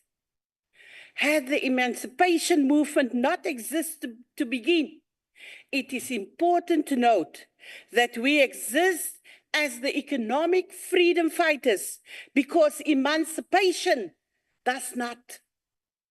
31 years of democracy, we find ourselves a hopeless nation, not because we are hopeless people, but because we have hopeless leadership.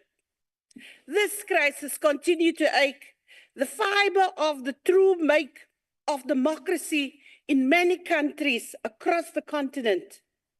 We applaud with liberation movement that have failed to see the past, the moment of oppression. In fact, we are arched with liberation movement that have sought to take over the seat of the oppressor. That's the reality under the guise of a progressive leadership when it is far from that. The Freedom Charter boldly stated that the right of the people shall be the same regardless of race, color or sex. However, this isn't the reality in South Africa, as our courts are not a place of justice and refuge for the poor, for the black people. White criminals aren't treated the same as black criminals. White suspects aren't treated the same as black suspects. A point in case is the tragic rape of Kwekwe, which has 3 suspects, one of whom is yet treated as such. And of course, he's white. The Freedom Charter asserts that all national groups shall be treated the same and protected by law against insult to their race and national pride. However, the Khoi and the San cannot claim the dignity embodied in the Freedom Charter. To date, their histories, language, and culture has been isolated, and settlers' culture and language preserved and upheld with more dignity and pride than them. That's the reality. The Freedom Charter stated that all apartheid laws and practices shall be set aside. This isn't the case. We have retained the apartheid made of carving the racialization society, the economics, land ownership, and general hierarchy still rest on the legislative efforts implanted by the apartheid government. The apartheid government gave the people land. The ANC did not. The apartheid government did give the people economic opportunities that continue to linger generations down the line. The ANC did not. And even more depressive, the GNU is far from encountering a direction indecisive and protective of our people as apartheid government has been over its own. The Freedom Charter states that the land will be redivided amongst those who work it. This isn't the case. Farm workers continue being treated like the scum of the earth, while a minority boosts supremacy and threatens the sovereignty of this nation due to their arrogance. We do not owe the land. settlers do. Beneficiaries of settlers own our land. That is our reality in this country. How do you celebrate the Freedom Charter when you fear everything monumental about it? The Freedom Charter bestows labor dignity that we have not seen or touched in this nation. In the Freedom Charter, the state will recognize all work, yet sex workers don't share in that declaration. The human rights trumped and continue to face abuse from a big gun and owners of industries who don't want to see an end to human trafficking and sex trafficking because they benefit. The Freedom Charter states that all races shall receive equal pay for equal work. To date, remuneration in this country has an apartheid site. Black people continue to earn lesser than their white counterparts. That's the reality. Black women taking the harshest make of this reality by being at the bottom of the food chain, earning less than those with lesser qualification and experience than them.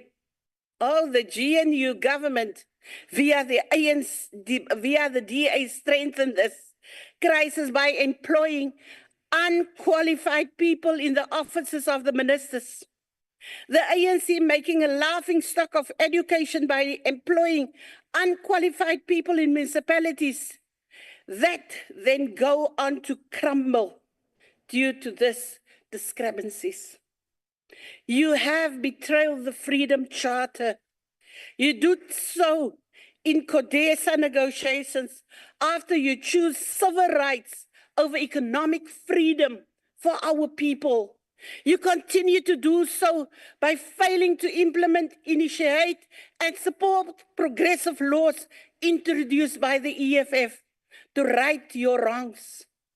You deny us the protection of ensuring the land is brought back to our people by rejecting our bills and criminalizing land occupation programs.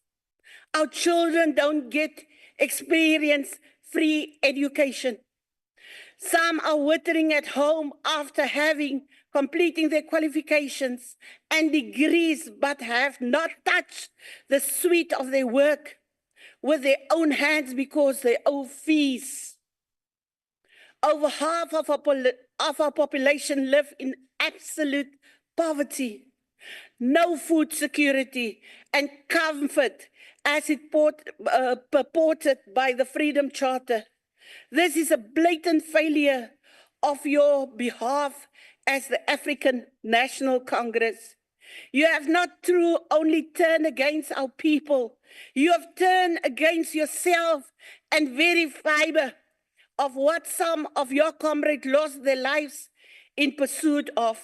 Today, you are the people that celebrate VAT hikes. Today, you are the people that lie to victims of rape. Today, you are the people that steals money meant to build schools and hospitals. And you are not only an enemy of our people, but you are also an enemy towards your own self as an organization. Exit your agreement with oppressors by ending this fake GNU. You have no business forming alliance with oppressors when the Progressive Caucus exists. You have no business governing with the murderers of Solomon Mahlangu when a black progressive government that caters for all races exists. Expropriation of land without compensation. Now you are suffering the tantrums of Donald Trump for a fake expropriation of land. Suffer for the real thing. Take the land. Seize the economy. Do justice upon the people of our nation. Save the black banks. Pay the debt of education by supporting the EFF student debt relief bill and protect infant industries and invest in effort by young people through investment. As the EFF, we will continue to raise the flag and take the baton until total liberation of our people. As the EFF, these freedoms we will fight for side by side throughout our lives until we have won our liberty. Amantla.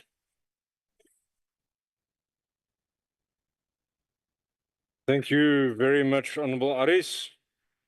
Honorable members, we now go to Limpopo and the MEC for cooperative governance and various other things, including traditional affairs, Honorable Makamu. Honorable Makamu. Thanks very much, House Chair.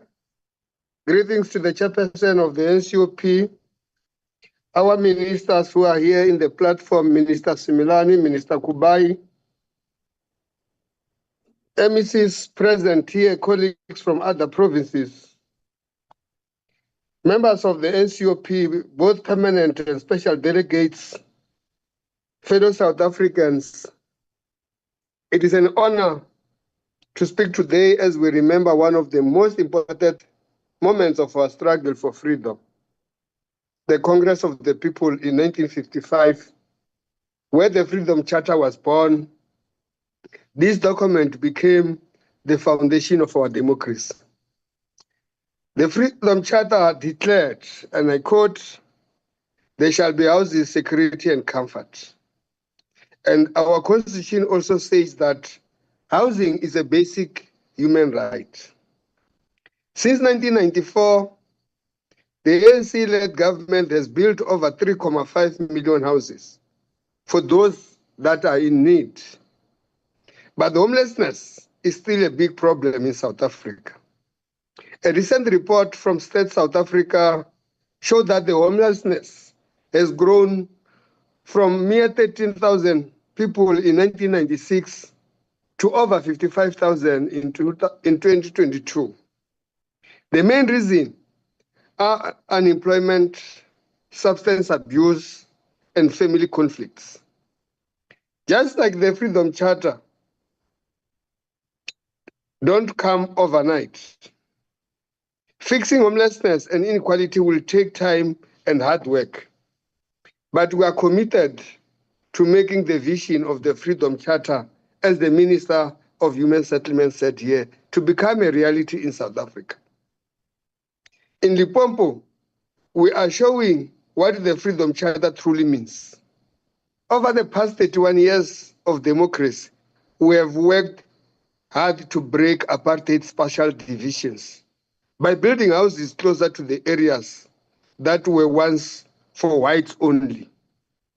Honorable House Chair, in Limpopo, in Elias Mtswalit local municipality, where we turned Masakaning informal settlement, just outside a white exclusive town, which was called or is called Groblersdal, into a proper modern township, helping close to the gap between the urban and the rural. In Giyani, in the Mopani district, we have opened services to all races in Kremetat, a town or a suburb that was meant only for white people. That's where I come from, Honorable Chair. The area did not even, during apartheid, not even a single day could run short of water, where the entire community around Giyani could not have access water. And today, it's everybody that can be able to access water in that particular area. Honorable Chair, Limpopo is becoming a leader in ending mud houses. If you travel across our province, you will see a place that is changing every day. Even in the deepest rural areas, we are bringing real freedom by giving proper homes. You won't see mkuku or shacks along our roads anymore because we have made it our mission to provide dignified housing to all the people who are here in South Africa and Limpopo in particular. The principle of the people shall govern has been included in the traditional leadership institution in our province. We are making great strides in democratization traditional leadership. Working with the Limpopo House of Traditional and Khoisan leaders, we have successfully elected traditional councils as the law requires. with 60% traditional leaders and 40% community members, where community take part in decision-making of their traditional communities. I'm proud to say that Limpopo, these elections and workshops have been completed smoothly to the cooperation of our respected traditional leaders who participate and embrace the clause that the people shall govern. Under the Premier, Dr. Popi Ramathupa's leadership, the Department of COGSA has a strategic plan for the 2025 to 2030. Our goal is to ensure that we build 20,000 new houses in the next 5 years. Hand over title deeds, especially to women, youth, and people with disability and elders. Upgrade the informal settlement and create a better located communities with jobs and services. Honorable Minister was talking and giving example about people from KwaMhlanga going to Tshwane to look for jobs and commute every day. We are busy upgrading as a province informal settlement where people staying next to the towns will have proper places to call based on what the Freedom Charter say. We will work with contractors, developers, and communities to make sure that there is no corruption, no delays in building the houses. Every cent must help our people. I must confirm that as a province human settlement, we have displayed that using everybody else, we should be able to complete houses.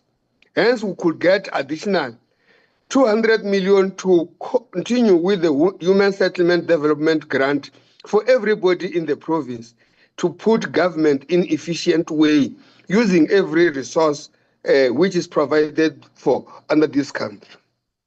South Africa does not need heroes, just honest, capable leaders who put people first. That is what we must be as leaders of this country, making sure that we work for our people so that the ideas of the Freedom Charter should be able to benefit all and sundry.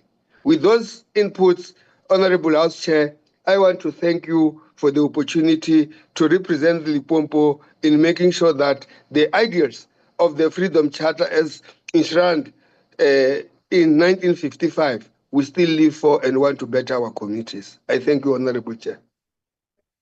Thank you very much indeed, Honorable Makamu. Honorable members, the Honorable Matara from Gauteng is pulling a double shift today. Just finished answering questions in the House there, but I see she has joined us now to participate in our debate. So the Gauteng MEC for Human Settlements, Honorable Matara, if you can continue. Thank you very much to the Honorable Chairperson and Deputy Chairperson of the NCOP, the Chief Whip of the NCOP, Honorable members, distinguished guests, ladies and gentlemen. It is both an honor and privilege to stand before you today as we commemorate 31 years of collective efforts to build a new society rooted in the principles of the Freedom Charter. A society where the promises of equality, justice, and opportunity are not just aspirations, but living realities for every South African. As we reflect on the strides we have made, we also acknowledge the path that remains before us. The Freedom Charter, born out of struggle and sacrifice, was a vision of hope for all South Africans, a vision for a society built on human dignity, equality, and shared prosperity. Today, we stand as witnesses to the progress we have made, but also as individuals committed to ensuring that the promises of 1994 are fulfilled for all South Africans, especially those still waiting for the benefits of our democracy. In the 31 years since we embraced democracy, much has been achieved. Yet, we cannot ignore the fact that there are still communities whose hopes and dreams, as articulated in the Freedom Charter, remain just that, hopes and dreams. Let us reaffirm today that the work is not yet complete.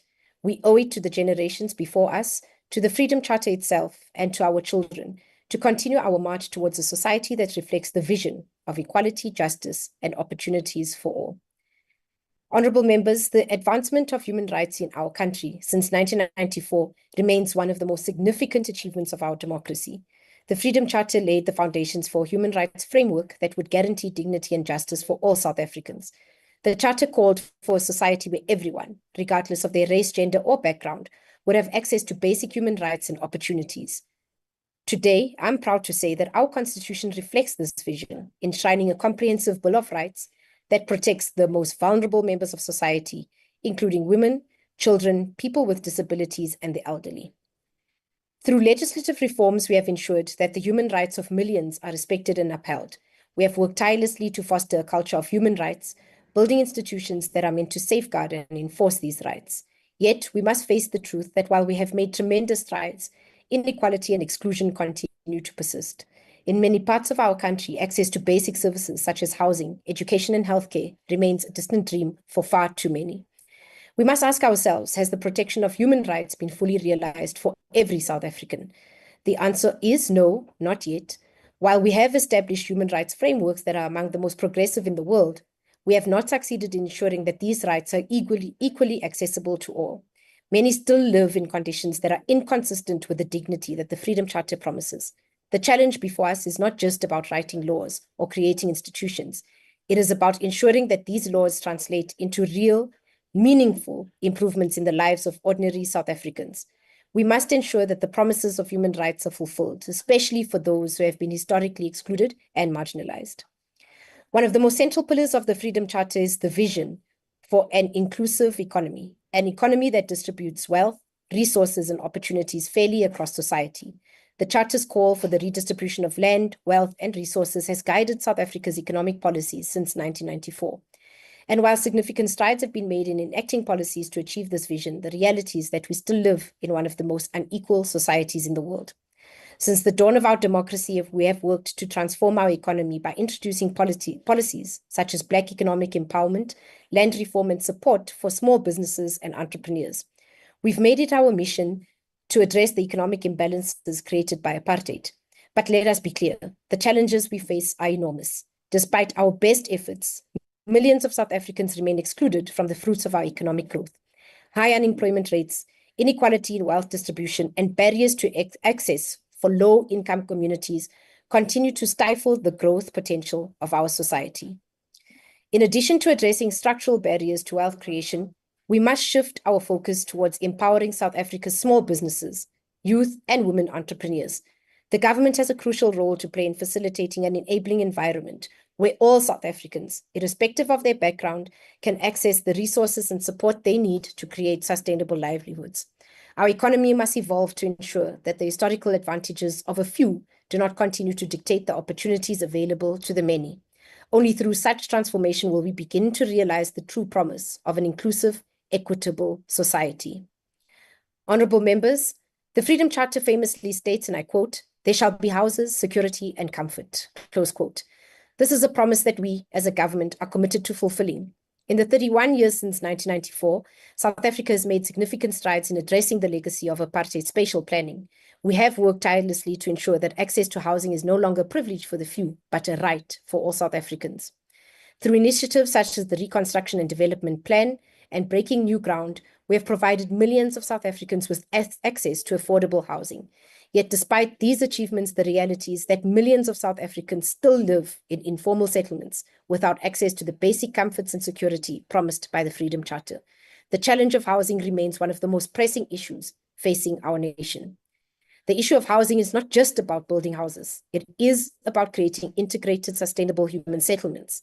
This is where the principles of the Freedom Charter are most evident.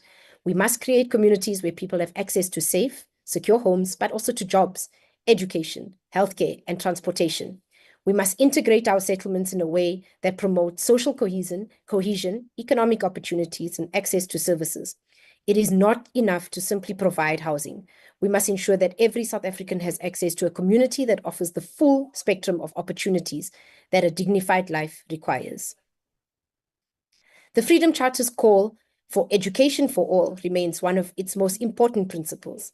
Education is the key to unlocking opportunities, and it is the foundation of a better future for all South Africans.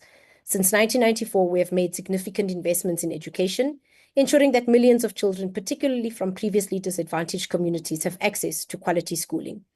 However, as we all know, much work remains to be done. South Africa's education system continues to grapple with significant challenges, including high dropout rates, unequal access to resources, and the underperformance of many students. These challenges disproportionately affect children from low-income communities, particularly in rural areas. We cannot afford to allow these barriers to persist. Every child in South Africa, regardless of their background, must have access to the education they need to succeed in life. The government remains committed to reforming the education system, expanding access to quality education, and ensuring that no child is left behind. We are investing in education infrastructure, teacher training, and curricular development. But we also need to look beyond formal education and invest in lifelong learning, skills development, and opportunities for young people to transition successfully into the workforce. Only through such comprehensive efforts can we create an educated, skilled, and empowered population capable of driving the future of our nation. In conclusion, honorable members, ladies and gentlemen, as we commemorate 31 years of our democracy, we recognize the progress we have made and acknowledge the challenges that remain. The Freedom Charter continues to be a guiding light, a blueprint for the South Africa we aspire to build. But it is not enough to simply reflect on the promises of the past.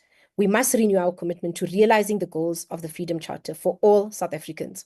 This is a collective effort, one that requires us to work together, government and citizens alike, to ensure that the vision of equality, justice, and prosperity becomes a lived reality. I stand here today not just to celebrate what we've accomplished, but to call on all of us to intensify our efforts. Together, we can create a South Africa where the promises of the Freedom Charter are not just ideals on paper, but the lived experience of every citizen.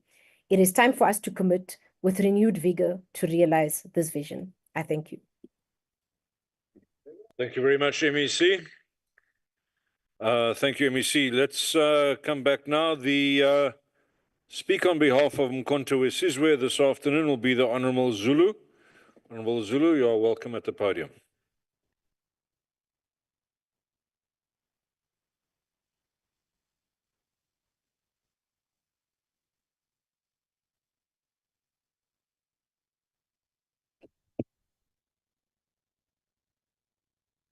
Honorable House Chairperson, honorable members of this August House, fellow South Africans watching across the nation. Today marks 31 years of democracy. However, we do not rise from these benches to celebrate unacknowledged progress or to repeat empty victories. Instead, we stand to confront a painful truth. The Freedom Charter has been betrayed. After 31 years of promises, the poor remain poor, the hungry still suffer from hunger, and those in power continue to govern against the will of the people rather than for their benefit. The Freedom Charter was not a suggestion. It was a contract, a solemn commitment by the people of South Africa adopted 70 years ago in Kliptown. It said, the people shall share in the country's wealth, yet 31 years, 80% of South Africa's land remains in white hands, while 60% of Black South Africans live in poverty. The rich have grown richer, the poor poorer. It said there shall be work and security, yet we live in a country where over 41% of youth unemployment and 32.1% of the total population sits idle, while a neoliberal government tells them to tighten their belts as VAT is increased, food prices soar, and jobs disappear. There shall be houses, security, and comfort. Today, more than 2,200 informal settlements across the country still have no proper sanitation, no reliable water, no basic dignity. How dare we call this freedom? It said there shall be peace and friendship, but the people live in fear. Political assassination continue unabated, especially in KwaZulu-Natal. Crime is rampant. Our streets are war zones, and our communities are left defenseless, while the State Security Agency scrambles from within.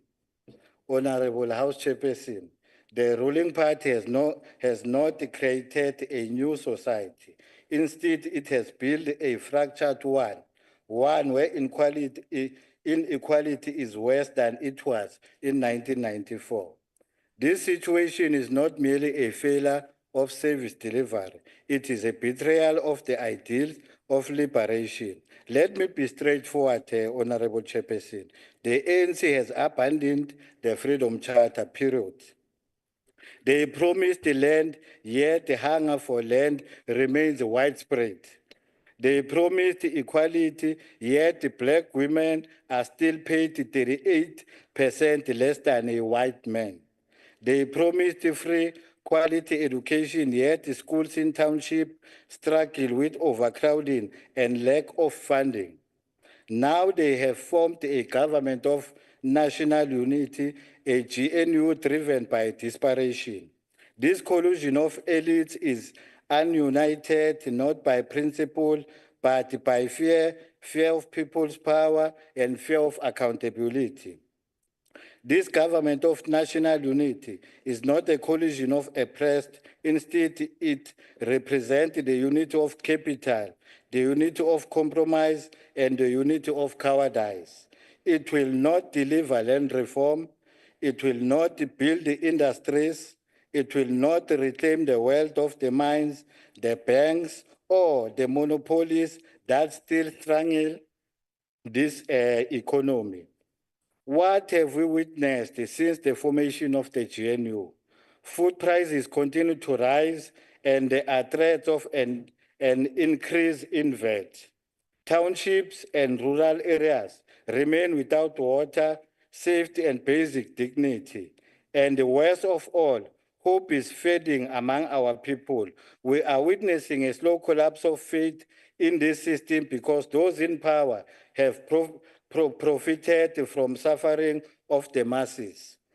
Honorable House Chair, this is the purpose of the Umkhonto Wesizwe Party. We are not here for positions. We are here for justice. We are not here to join the ranks of the elite. We are here to dismantle that structure so that the people can thrive. In 2017, Honorable House Chairperson, President Jacob Zuma, our Commander General, stated we need a two-thirds majority to change the constitution to address the real issues of inequality, poverty, and unemployment. The MKP is the only political organization that has never abandoned the principle of the Freedom Charter. We remain committed to reclaiming the land and mineral resources for our people, building an economy that is owned by the people, not by monopolies, ending hunger, not just through grants, but by establishing food sovereignty, providing quality housing, free education, and health care for all. We do not aspire to mere reforms. We prepare for revolution, not through violence, but through political power built from the ground up. Led by workers, the poor, the youth, and the dispossessed. Honorable House Chairperson and honorable members, we cannot sugarcoat failure. That must be clear. This is not the time to light the candles and sing songs. This year, while others light the candles and sing songs celebrating democracy, we are reminded of the betrayal of the Freedom Charter. The MK Party rejects the betrayal of the Freedom Charter. We reject the government of national unity for the elite. And we rise to complete the mission of liberation. We do not reject democracy. We reject the fraudulent democracy that has been sold to our people as liberation. The MKP stands ready to complete the mission. Land shall be shared among those work hit. There shall be work and security. The people shall govern truly and entirely. The people shall govern. Amandla, I thank you very much, Honorable Chairperson. Kwaza Mkhonto, Kwaza. Thank you, Honorable Zulu. Honourable members, we return to the Democratic Alliance, and representing them next is the Honourable Igor Skierkrochel. Honourable Skierkrochel.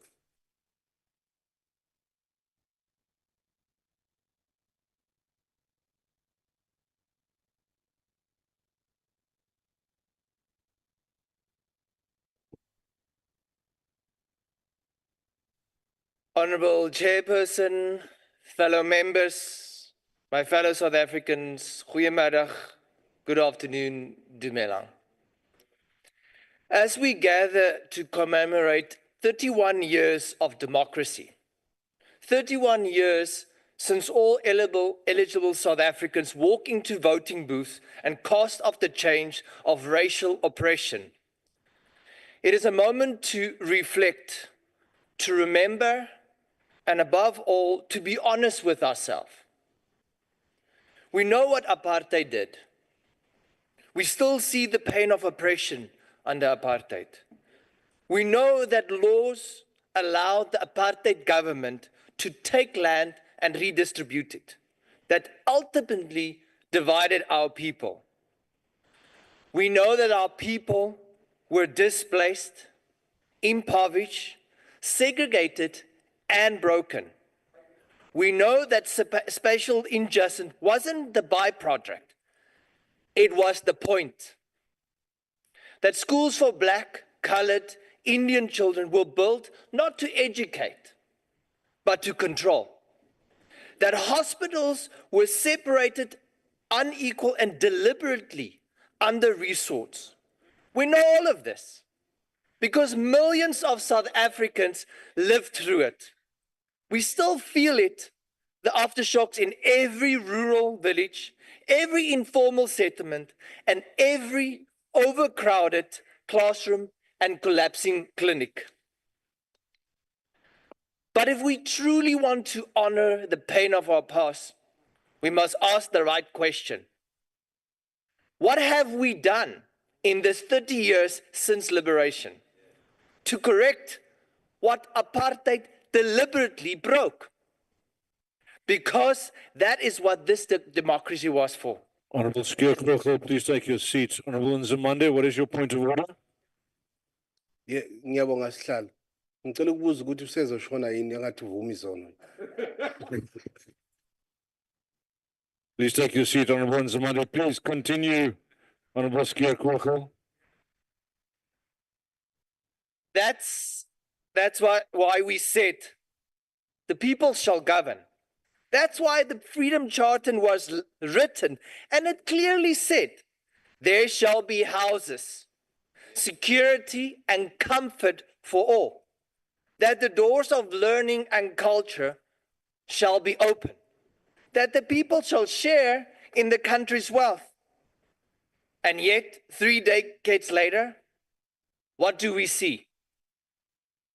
We see more than 2 million people still waiting for basic housing. We see RDP houses built with crumbling cement. We see clinics without medicine, hospitals without beds, teachers without training, and learners without home. We see some villages with no water, no roads, no jobs, just as it was 31 years ago. So the question is not, what did apartheid do? This is much we clearly know already. The question is, what did the governing party do to fix it? We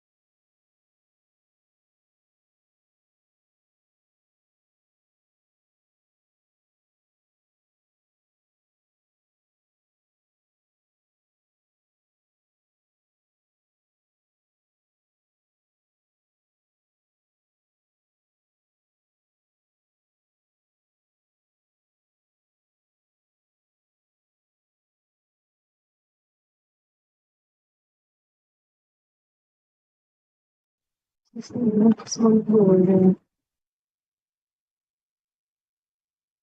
should read.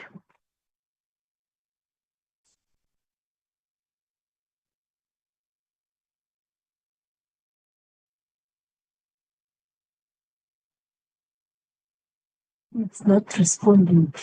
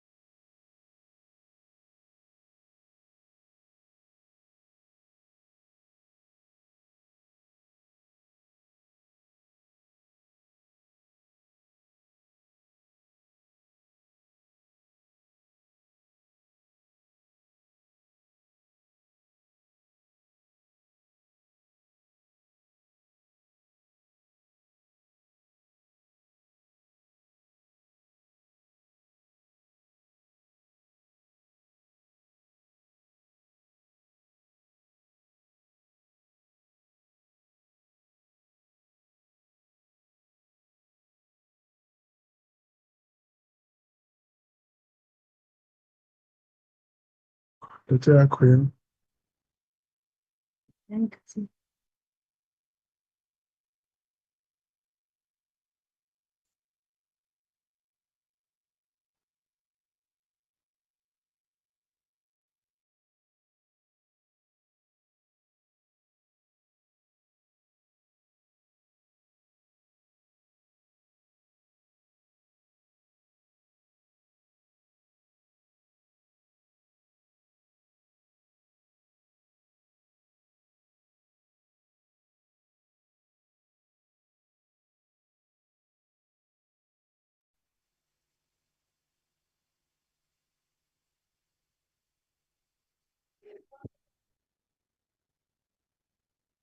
Honorable Chairperson, honorable members, and fellow South Africans, it has been 31 years since we started the exciting but difficult process of creating a society based on the principles of the Freedom Charter.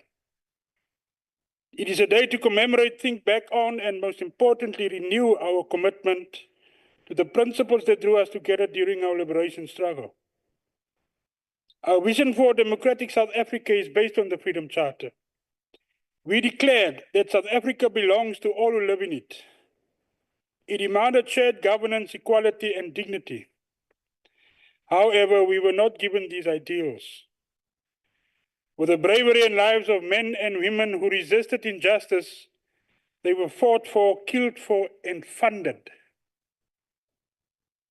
One of those heroes was Ashley Kriel, a young man who fought for the liberties we have today because of his unshakable faith in the Freedom Charter.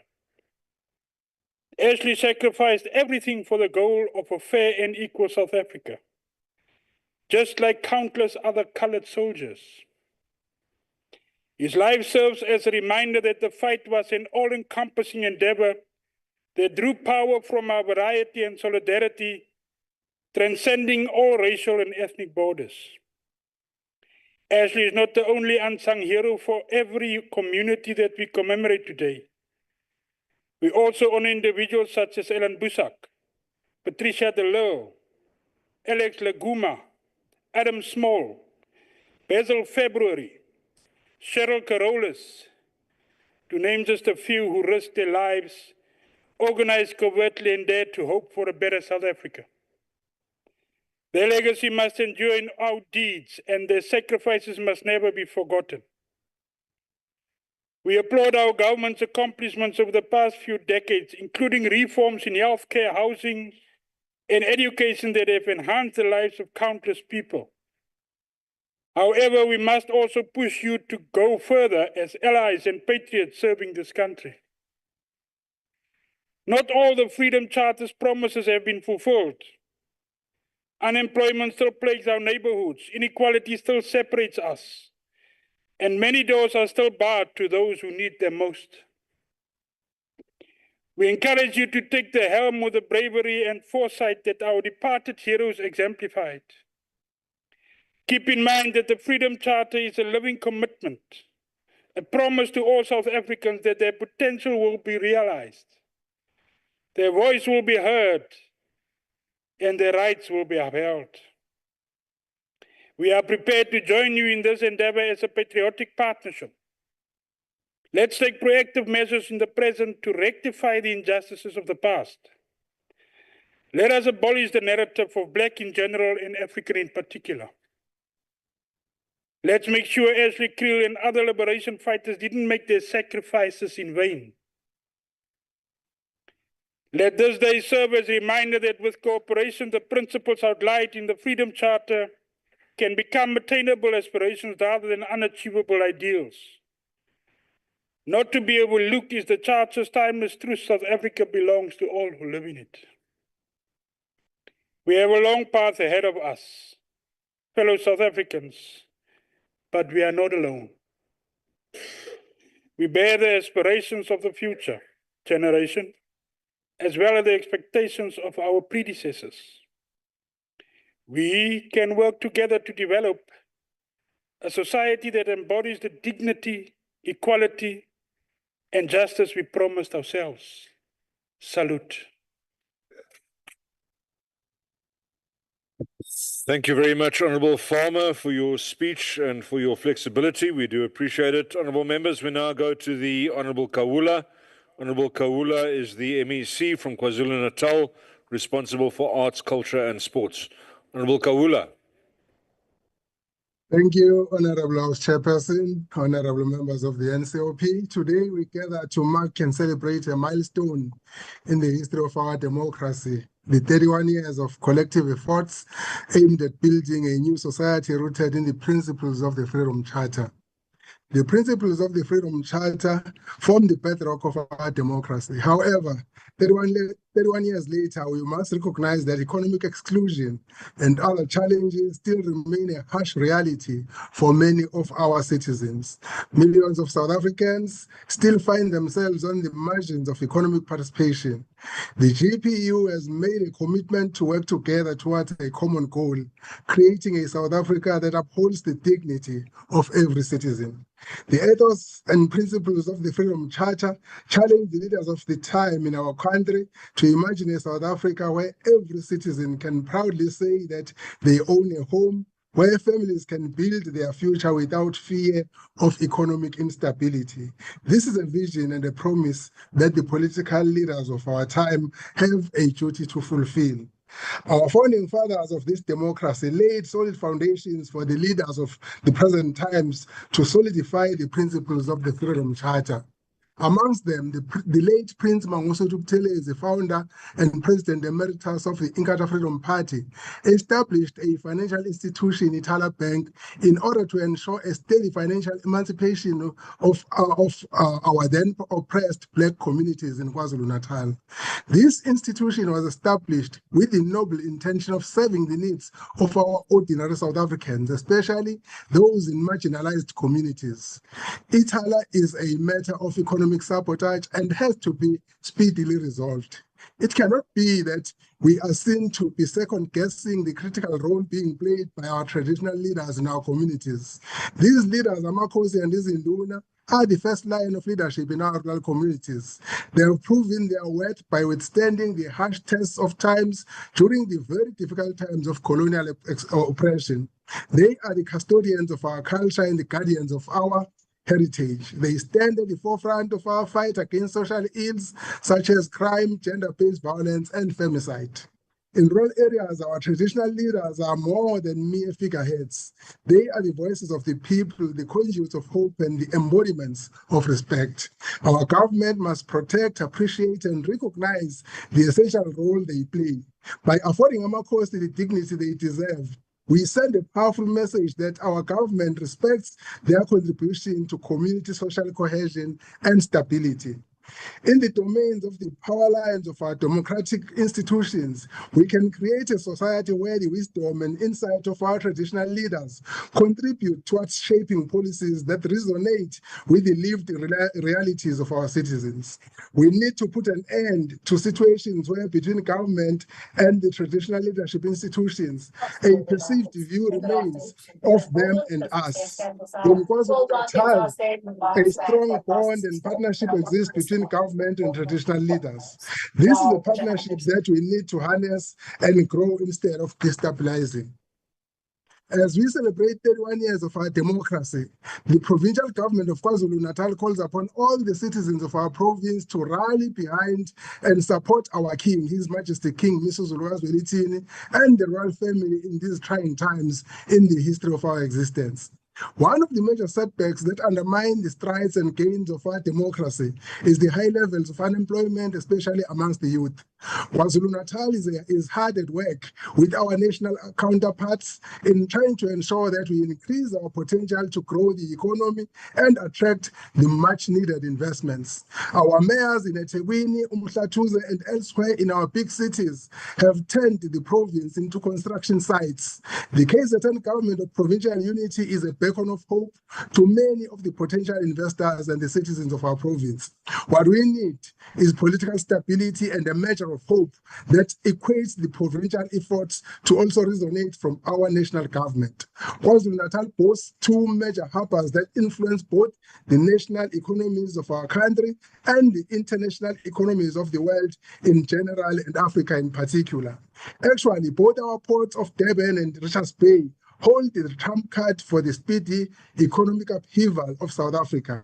We are excited that national government is injecting financial resources to the infrastructural upgrades of both the Durban port and the Richards Bay port in order to deal with the unnecessary long waits of the ships to dock and offload. This strategic positioning allows us to harness opportunities that can change lives, create jobs, and enrich our communities. Another threat to the sustainability of our democracy, Chair, is the unwelcome levels of crime in our communities. KwaZulu-Natal is blessed to have one of the most dedicated, most efficient, and passionate members in the South African Police, Lieutenant General Nhlanhla Mkhwanazi. Mkhwanazi and his dedicated team of the women and men in blue in KwaZulu-Natal are doing everything that it takes, Honorable Zulu, to up the game in fighting crime activities in our province. You can only be their adversary. You can only be their opposites on the opposite side if you are one of the criminals that Mkhwanazi and his team are fighting to extinguish. Honorable Chairperson, it worries the province of KwaZulu-Natal that occasionally Lieutenant General Nhlanhla Mkhwanazi seems to have attracted personal enemies to himself and to his members just for their dedicated service in eliminating criminals. Our civil service must not experience hardships and threats for just performing their duties well and for touching the untouchables. At this juncture, KwaZulu-Natal reiterates its call for the policing powers to be devolved to provinces so that as provinces we can be more effective, more tough, and more focused in fighting crime without fear or favor. Since South Africa has assumed the chairpersonship of the G20, KwaZulu-Natal is honored to be a crucial player in the successful hosting of the G20 activities. KwaZulu-Natal has full confidence in our President, His Excellency CM Ramaphosa, that he will lead a successful and much prosperous G20 during South Africa's tenure as its chairperson. As a province, we are fully behind our national government and all its programs. We will do everything in our power to ensure that South Africa projects well at this world stage and beyond. This platform allows us to showcase our nation's potential and to engage with our international counterparts on shared challenges. We are not just spectators in this global dialogue, we are champions of solutions that can bring about positive change. As I conclude, Chair, as we celebrate 31 years of freedom, we must not lose sight of the fact that the foundations of this democracy was intelligently laid by our great leaders who saw the need to choose peace over confrontation as the best solution for our country. We must look to the spiritual guidance of our leaders like Nelson Mandela, Nkosi Buthelezi, Robert Sobukwe, and others. We must learn from the from them on how to bury our differences, work together to implement programs of action that has been agreed upon by the Government of National Unity and provincial levels, the GPUs. Our people need our collective wisdom and efforts to drive economic growth, reduce unemployment, fight crime and GBV, encourage social cohesion, and achieve economic emancipation for the citizens of our country. We must inspire new hope for the people of South Africa. Honorable Chairperson, the IFP has arrived to put back on track that which was going off track. Trust us to carry everyone on our shoulders to greater heights. Together, let us build a KwaZulu-Natal and a South Africa that is safe, just, and a prosperous one. I thank you, Chair. Thank you very much, MEC Kawula. Honourable members, we now turn to the Minister of Justice and Constitutional Development, the Honourable Kubai, to continue with the debate. Honourable Kubai. Thank you very much, House Chairperson, and greetings to all presiding officers, ministers, deputy ministers, MECs, honourable members, councillors, good afternoon. We come from a past in which the apartheid system, the system of racial segregation, had stripped the basic human rights of the majority. The human rights violation committed against the majority were committed with impunity because of the majority. There was no equality before the law. The laws were discriminatory and courts were partially in favor of one race over the other. Not only were the majority denied the basic right, but they were also denied access to justice. The democratic breakthrough of 1994, which came at a considerable human cost, was a watershed moment that enabled the development and adoption of the 1996 Constitution, which is now the supreme law of the country. As part of the effort to bury the demon of racism, in September 2001, we hosted the United Nations World Conference Against Racism, Racial Discrimination, Xenophobia, and Related Intolerances in Durban, KwaZulu-Natal. The outcome document of the 2001 conference was the Durban Declaration and Program of Action, a comprehensive framework for addressing racism, racial discrimination, xenophobia-related intolerances. It encompasses far-reaching measures to combat racism in all its manifestations, calling for tougher anti-discriminatory laws and administrative measures for better education, access to health, and administration of justice and human rights. The outcome document remains a defining framework for the global fight against racism.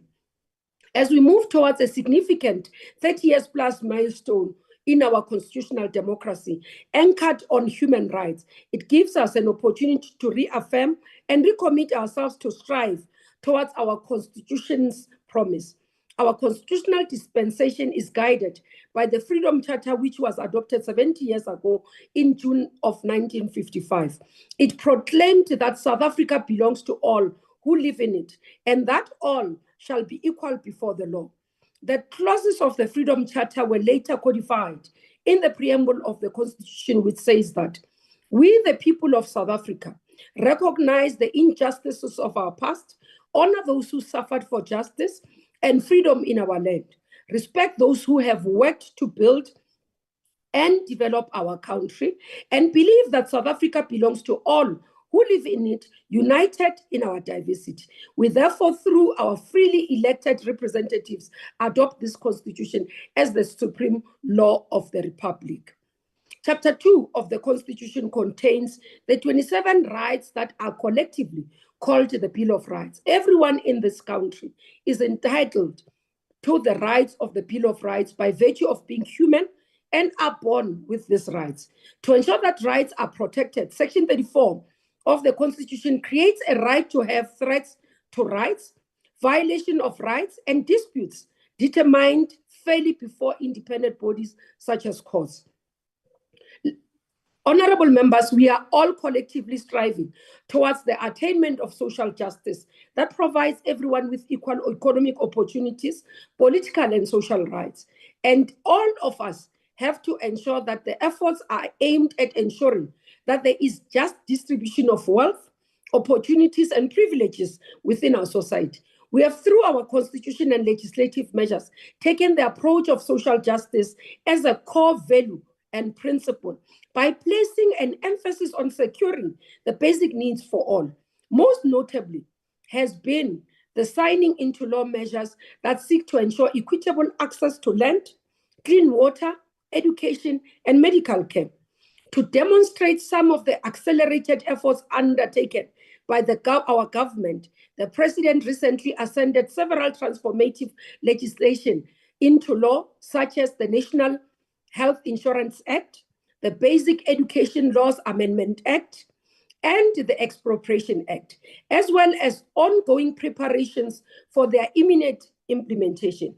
In efforts to ensure the protection, promotion, and respect for human rights, there is continued support for Chapter 9 institutions, mandated to ensure that organs of state live up to the ideals of the constitutionalism and are held to account for their action or inaction. These institutions remain a key pillar of our democratic order, honorable members. This year also marks 30 years since the establishment of the South African Human Rights Commission and 30 years of our Constitutional Court since it has been established. We have been devoted to establishment of key institutions and legal framework to enable the enjoyment for our rights. For example, in 2023, President Ramaphosa ascended into law the Land Court Act, which led to the establishment of the Land Court. The Land Claims Court, together with the Commission for Land Restitution, is instrumental in facilitating land reform in alignment with Section 25 of the Bill of Rights. 30 years into our democracy, we continue to stand firm in this commitment to build a culture of human rights and to reverse the centuries of gross violation of human rights, inequality, and indignity suffered by the majority of the population. To enjoy their rights and to protect themselves from violation of their rights, people must enjoy access to justice. Great strides have been made in the past 30 years to ensure that justice is accessible for all, especially for the poor and the vulnerable. In 2021, minimum standards for the National Strategy on Reasonable Accommodation to access justice for court users with disabilities were developed and approved to provide reasonable accommodation and disability-centric support services, which includes sign language interpretation, private testifying services, private waiting room services, a dedicated space for guide dog bed, mat, dog water bowl, information products accessible to different types of disabilities, including braille, large print information booklets, audio-visual and audio information products, court preparation services, intermediary services, and physical accessibility in forms of ramps and wheelchair accessible abolition. This is the work that has been done. In each disability-centric court has a trained reasonable accommodations coordinator tasked to ensure compliance with minimum standard. The department has so far upgraded 266 lower courts in line with these minimum standards to ensure that people with disabilities do not feel like they're visitors in their own country. Honorable members, gender equality has been advanced for African women to inherit under the African customary law of interstate cessions. And the appointment by customary institutions of female chiefs is now permissible. In any eviction of residents from their home, the state bears a duty to engage meaningfully with them about possible steps that can be taken to alleviate their homelessness. Core minimums have been set out in ensuring equitable access to healthcare, HIV and AIDS treatment, housing, education, water, and all other social economic rights are being experienced and accessed by South Africans. Ladies and gentlemen, the Freedom Charter was a visionary document that outlined a vision of a South Africa in which all South Africans enjoy the wealth of the land and with equal rights regardless of gender, ethnicity, sexual orientation, or race. Indeed, the enjoyment of human rights cannot be divorced material conditions necessary for a dignified life. The state has a responsibility to create enablers for everyone to enjoy their rights and put mechanisms and institutions in place to prevent human rights violation. We have made great strides and we continue to work. We are not saying there are no challenges. And I think I want to urge honorable members as we go to our constituencies, as we do our work, let's ensure that people understand where this country comes from. Those who spread lies about our country must be isolated. those who are wanting to take us back to the demons and the painful past of apartheid, where we were segregated on the basis of race, must be isolated in our communities. We've committed ourselves to working together to building a non-racial and democratic South Africa. We've got to ensure that we are creating this conducive environment that we enjoy today for our future generations to enjoy. Ladies and gentlemen, it's upon us to ensure that we build the South Africa that we want, but a future that our children will be able to enjoy, free of all the injustices of the past, but also ensuring that all of them are equal before the law. Thank you very much, Honorable Chairperson. Thank you very much indeed, Honourable Minister Kubai. Honourable members, as you're aware, the South African Local Government Association is represented in terms of the Constitution in this House. It is therefore our pleasure to invite Councillor Marakalala to continue the debate on behalf of SALGA. Councillor?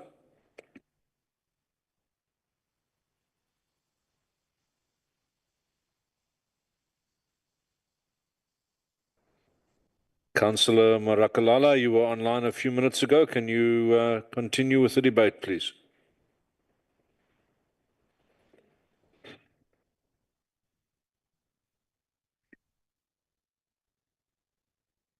Honourable members, we're not getting a response. I'm therefore going to return to the Honourable Baines and ask Honourable Baines to take the podium for her speech, please.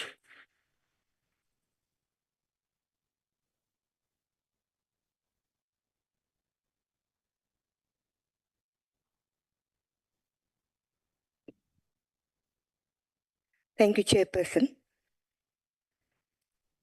The people shall govern, strengthening democratic governance by building a capable, developmental, and ethical state to faithfully and diligently serve the people.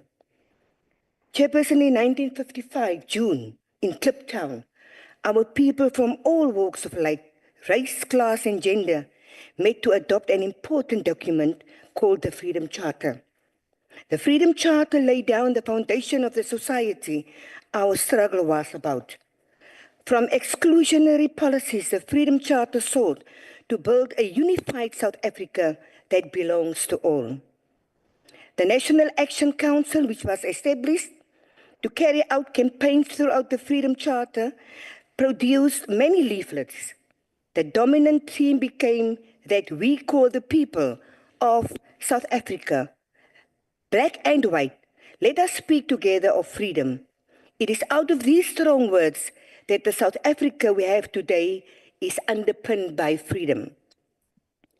Chairperson, fundamentally, the Freedom Charter said and made a commitment that the people shall govern. That was to say, me, you, and all of us, and all the other public representatives will strive to work for the people. We will give ourselves to the service of the people. We know that in South Africa, institutional exclusion of blacks and women throughout colonialism and apartheid resulted in social disparities that persisted throughout society, ranging from economic and political exclusions. South African society has been and continues to be shaped by social, political, and economic inequalities of all sorts of class, race, and gender. These challenges were inherited from the previous oppressive regime that operated without accountability. It disintegrated communities through Bantustan, skewed patterns of service delivery, and an inconsistent justice system that only favored a certain few. As a mission of intent, the ANC-led government had a vision to redress the polarization of society and build a non-racial, non-sexist, and prosperous South Africa, exposed by the Freedom Charter as a bulwark of our policy trademark. And in 1992, ready to govern document, the ANC committed itself broadly to build a government that strive for the achievement of the right of all South Africans as whole to political and economic self-determination in a united South Africa. Two, to overcome the legacy of inequality and injustice created by colonialism and apartheid in a swift, progressive, and principled way. To develop a sustainable economy and state infrastructure that will progressively improve the quality of life of all South Africans. And lastly, to encourage the flourishing of the feeling that South Africa belongs to all who live in it, to promote a common loyalty to and pride in the country, and to create a universal sense of freedom and security within its borders. A democratic South Africa ushered in by the ANC government in 1994 has consistently committed and has acted on these policy priorities. We introduced a constitution with a doctrine of separation of powers. We understood that even though we're governing the people, not ourselves, and therefore power ought to be exercised in a manner that is consistent with the law, unlike under the white rule. Moreover, one of the ANC-led government's introduction were the much celebrated Chapter 9 institutions. This was done to strengthen the democracy we enjoy today as a support instrument for state accountability and build a people-centered government. The apartheid system systematically displaced people in the homeland to alienate them from the economic heartbeat of South Africa without power service deliveries. The introduction of cooperative governance by the ANC-led government has brought a much-needed platform for the local sphere of government to operate in the coalface of society. Although some municipalities cannot govern their affairs appropriately, the government has put its hands on deck to strengthen their capacity in terms of revenue collection, governance, and stability in administration. Honorable Nelson Mandela once said, open quote, and I quote, "After climbing a great hill, one only finds that there are many more hills to climb. I can rest only for a moment, for with freedom some responsibilities, and I dare not linger, for my long walk is not yet ended." Close quote. It is profoundly these moments that we realize the long journey we have traveled as a country, but yet still find obstacles towards accomplishing the journey towards the total emancipation of our people. The major obstacle towards our perceived society was derailed by the silly season of the stable capture, the era that must never be repeated. This era marks a setback in our development paradigm, eroding the gains of government, peristal's corrupt procurement systems, and almost bringing the government to a standstill. Another setback the government is facing is the widespread service delivery protest emanating from a lack of responsiveness by local authorities towards citizens.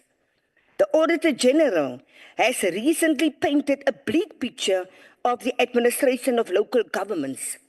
54 out of 257 local governments are non-compliant, with serious reports of malfunction, a lack of revenue generation, and involvement in corrupt activities.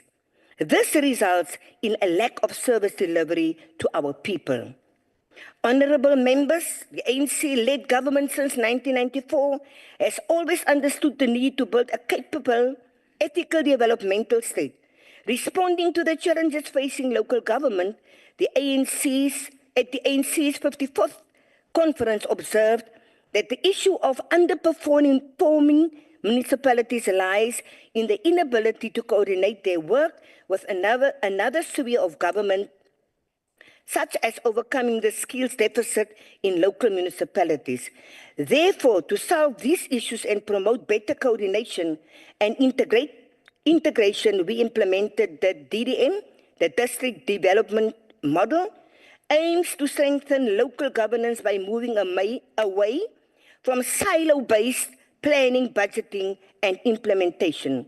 The DDM enables us to achieve socio-economic and spatial transformation by establishing a more practical, unified vision for national development. By taking a long-term perspective and integrating local economies, we may reimagine a better community, district, and nation. We may overcome our current restrictions by capitalizing on the endowment structure that each district possesses. All of this will necessitate a developmental and adequately resourced local government. To that end, we are hiring talented workers for the district hubs so that we can use and share talents that local municipalities may lack. In so doing, we will be able to drive social and economic growth, to drive service delivery and job creation. Honorable members, let's take advantage of Parliament as the people's tribune and enhance the development of the oversight and accountability model that is informed by Parliament's strategic vision of building an effective people's parliament that is responsive to the needs of the people and that is driven by a desire for a better quality of life for all the people of South Africa. The model is one of the tools Parliament will use to strengthen its oversight over the executive and organs of state. In the post-election State of the Nation address on June 2019, President Cyril Ramaphosa reminded the nation of the importance of a capable, ethical developmental state to achieve their goals.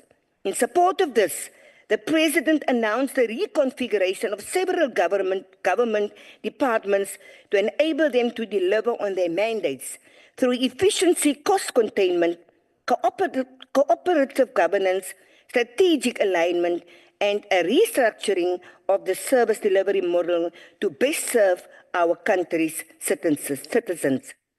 We are committed to building an ethical state in which there is no place for corruption, patronage, rent-seeking, and plundering of public money. We want a corps of skilled and professional public servants of the highest moral standards and dedicated to the public service.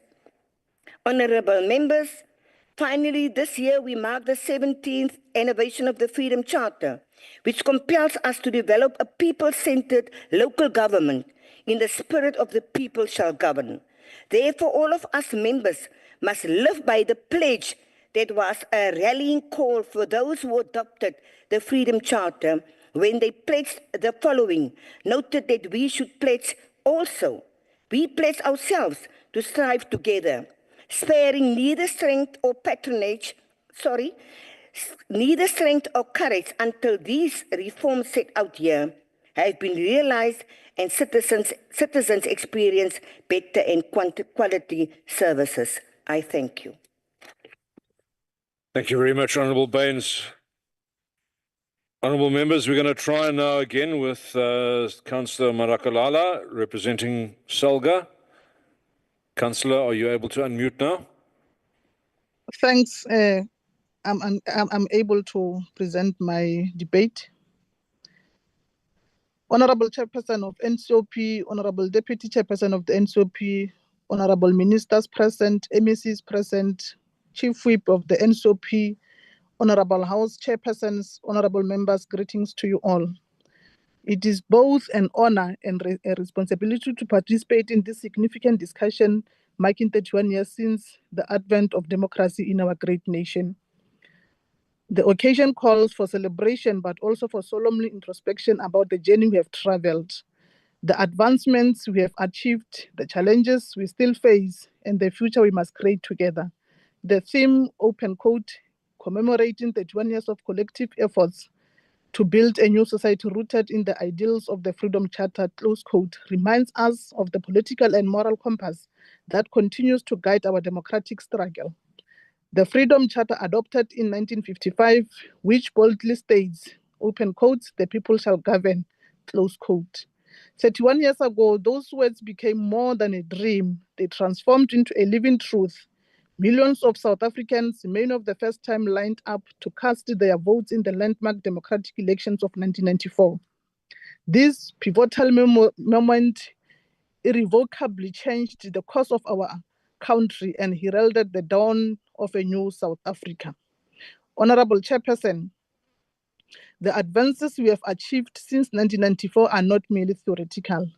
They are evident in the lives of millions who now have access to clean drinking water, electricity, sanitation, housing, education, healthcare, and democratic participation.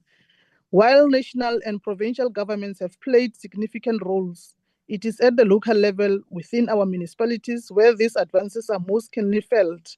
Local government, as the level of government closest to the people, has become a fundamental component of post-apartheid development. It is within the confines of council chambers, ward committees, integrated development planning forums, and community outreach initiatives that the ideals enshrined in the Freedom Charter are transformed into reality. Over the past 31 years, municipalities have endeavored to bridge the gap between aspiration and reality, and between constitutional rights and the everyday existence of citizens. Local government has evolved into a machinery for integrated development and a platform for public participation. It is at this level that citizens engage with democracy in its most immediate and tangible form. Through local government, efforts have been made to restore dignity to historically disadvantaged communities overlooked by apartheid planning, empower women and youth, and foster social cohesion. Honorable members, while we acknowledge these successes, we must do so with honesty and humility. Our democracy is robust, but is not infallible. The very municipalities that have succeeded in providing water, electricity, and infrastructure are also grappling with severe governance and financial challenges.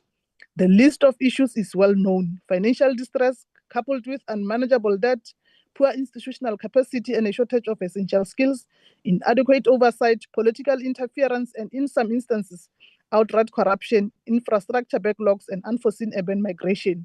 The strain of uncontrolled immigration on service delivery systems, and growing public disillusionment reflected in protest and disengagement. These challenges should not define us, but they should concern us. They ought to motivate us to take actions. The Freedom Charter envisioned a society built on collective effort, sustained by the work and sacrifice of all South Africans united in the belief that democracy is a living, dynamic force, not merely a set of rules. Therefore, as we celebrate the 21 years of independence, let us reaffirm our commitment to renewed transformation, efficient service delivery, and accountability. Let us join hands to strengthen ethical leadership and governance at the municipal level. We need effective leaders who serve the people, not themselves, enhance local fiscal health, and ensuring equitable funding and investment in revenue instruments aligned with local economic performance. Address corruption with determination, maintaining a zero-tolerance policy for those who steal from the populace. Improve planning and maintenance of infrastructure, prioritizing resilience, sustainability, and long-term development. Increase citizen participation in local processes, creating forums that are not only symbolic, but also have a genuine policy and service delivery influence. Chairperson, the story of our democracy is inscribed in the records of Parliament of law, state or state laws. It is embodied in the lives of ordinary men and women. The health worker in the clinic in the township, the school child who once studied in a mud-walled classroom, but now learns under a roof, and the young entrepreneur who started small business thanks to accessible roads and electricity. These narratives weave the fabric of a democratic nation in process. Let these daily victories inspire us. It is crucial to remember that the work of democracy is never completed. It requires constant defense, perfection, and fulfillment. The next 31 years will demand even more from us: more honesty, more courage, more creativity, and more solidarity as custodians of our democratic experiment. We have a duty to those who come after us to remain faithful to the founding principles of our liberty.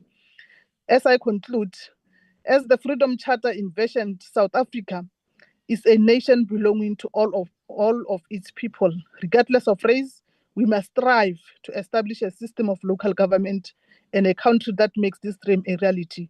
Thank you, Chairperson. Thank you very much indeed, Councillor. Honourable members, as I relinquish the chair in favour of Honourable Modise in terms of Rule 12 of the NCOP rules, I will be calling the MEC for Education in the Northwest, Honourable Motsumi. Honourable Motsumi.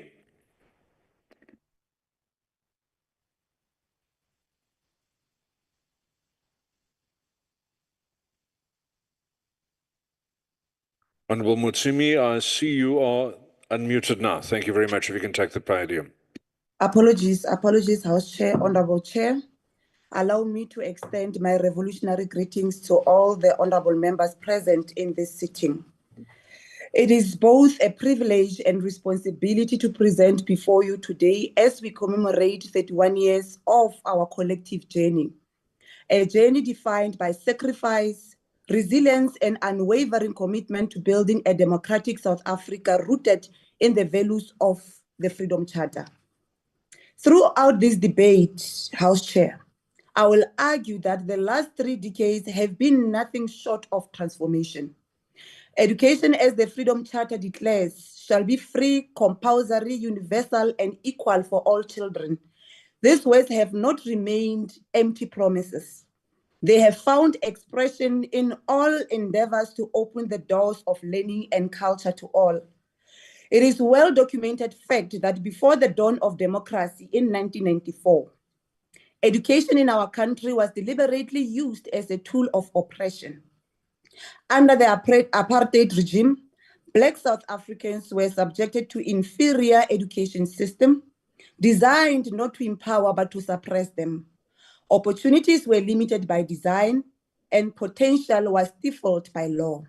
The Freedom Charter stood in direct defiance of that reality. An education system that would uplift, enlighten, and enable of today. And in 1994, with the ANC-led government, House Chair, we began turning that vision into a lived experience for many.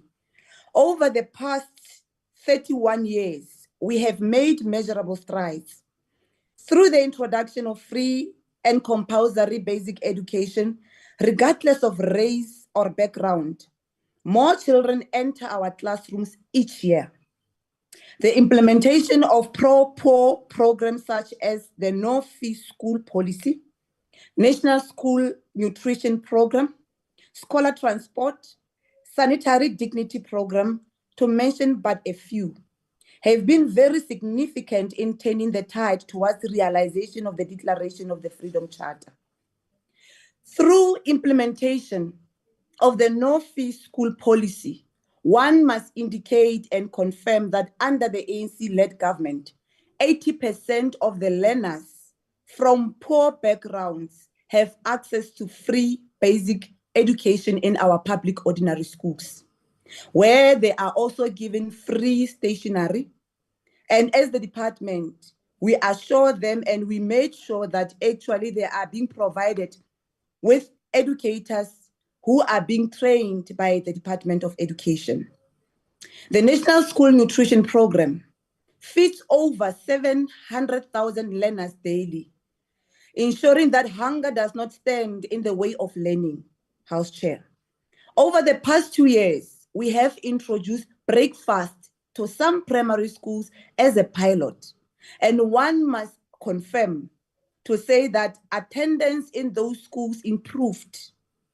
We have now expanded it to all primary schools in this financial year, meaning that we have taken a stance because we have realized that through this particular program, initially we used to encounter challenges whereby we were experiencing high rate of dropouts from our schools. But now we are no longer experiencing that because of these interventions. And by the way, one must also indicate that, yes, as a sector, we are challenged, we are experiencing challenges of overcrowding. As much as it has a negative impact in terms of learning and teaching, but one must indicate before the House that it has a positive sign to show that as a sector, as a government, we've managed to retain our learners to school, meaning that each and every learner now has access to our schools. We provide scholar transport to needy learners in rural areas because we view it as necessary and integral part of the right to basic education. We provide sanitary towels to our girl learners in Quintile 1 to Quintile 3 public ordinary schools. And one must indicate that also we do have 32 special schools in our province as one of the means to enhance their self-esteem, keep them attending school regularly, as well as to restore and protect their dignity. We also conducted the infrastructure condition assessment, which provides us with valuable information regarding the current state of infrastructure assets, including their operational status, performance levels, conditions, and potential future risks to inform maintenance planning and resource allocation. Chairperson, over the previous 31 years, we have built new schools and replaced dilapidated schools buildings and those which were built of improper materials such as mud and asbestos with modern buildings. We further provided perimeter fencing to improve safety and security in our schools. Our schools and our school governing bodies are empowered to use 10% of their Section 21 allocation. In our endeavor to further restore the dignity of our learners, we have eradicated traditional pit latrines and replaced them with modern sanitation facilities. As provincial government, we have thus far established 6 mega farm schools to improve access to basic education for learners with indigent family background, particularly those who reside in deep rural farm areas. By the way, those particular schools still are considered as non-fee schools, and we are providing them, by the way, with hostels. In further resourcing our employees with tools of trade, we have provided cell phones with airtime data bundles to all 1,463 schools principals in our province because we want quality education. Therefore, those actually who are delivering services on our behalf, that is why we saw it fit that they must be provided with the resources. Hence, all our principals in the Northwest, they are having cell phones together with data bundles. We further provided circuit managers and subject advisors with cell phones, laptops, and pool cards to enable them to support our schools on regular basis. That is why in most instances, you look at where we come from as a province, we have improved in terms of delivering quality education to our learners. The department has ensured that all primary schools do introduce grade R. To date, only 13 primary schools do not have grade R. With the transfer of ECD functions to the department, we are improving access through provisioning of resources and training of practitioners. The quality of our matric pass rate in recent years is on a consistent rise, which is a fair reflection of the health condition of our education system. These are a testament to collective efforts of educators, parents, community, business, and government working together to fulfill the promises made in Clifton in 1955. We are not blind to our persistent triple challenges of poverty, unemployment, and inequality. Unemployment is still rife among the youth in our province. To mitigate its impact, the department has been creating the employment opportunities for the youth through internships and learnerships in collaboration with the ETDP SETA, as well as through the religious implementation of the Presidential Youth Employment Initiative. And appreciation must be given to our President, Cyril Ramaphosa, for this particular initiative, which is now being labeled as Basic Education Employment Initiative. Despite our commitment, inequality in particular continues to exist between urban and rural areas. We are also still grappling with infrastructure backlog. As we reflect on the past 30 years, let us also look forward. A society rooted in the ideas of the Freedom Charter is one where every child has access not just to schooling, but to quality, inclusive, and empowering education. Our task is now to reimagine the classroom to ensure that it is a place of safety, of curiosity, of excellence, and of opportunity. We must infuse our curriculum with African values, technological skills, environmental awareness, and the spirit of Ubuntu.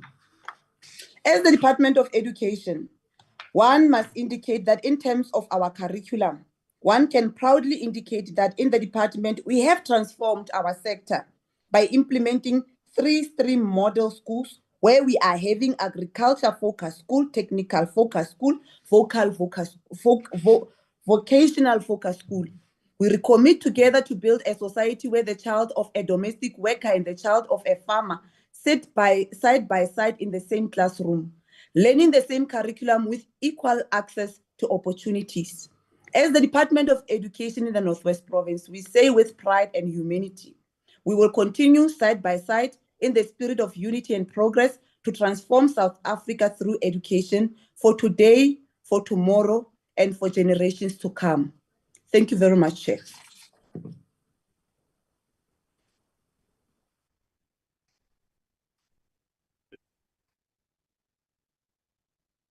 Okay, thank you so much, MEC Mutsumi from Northwest Province.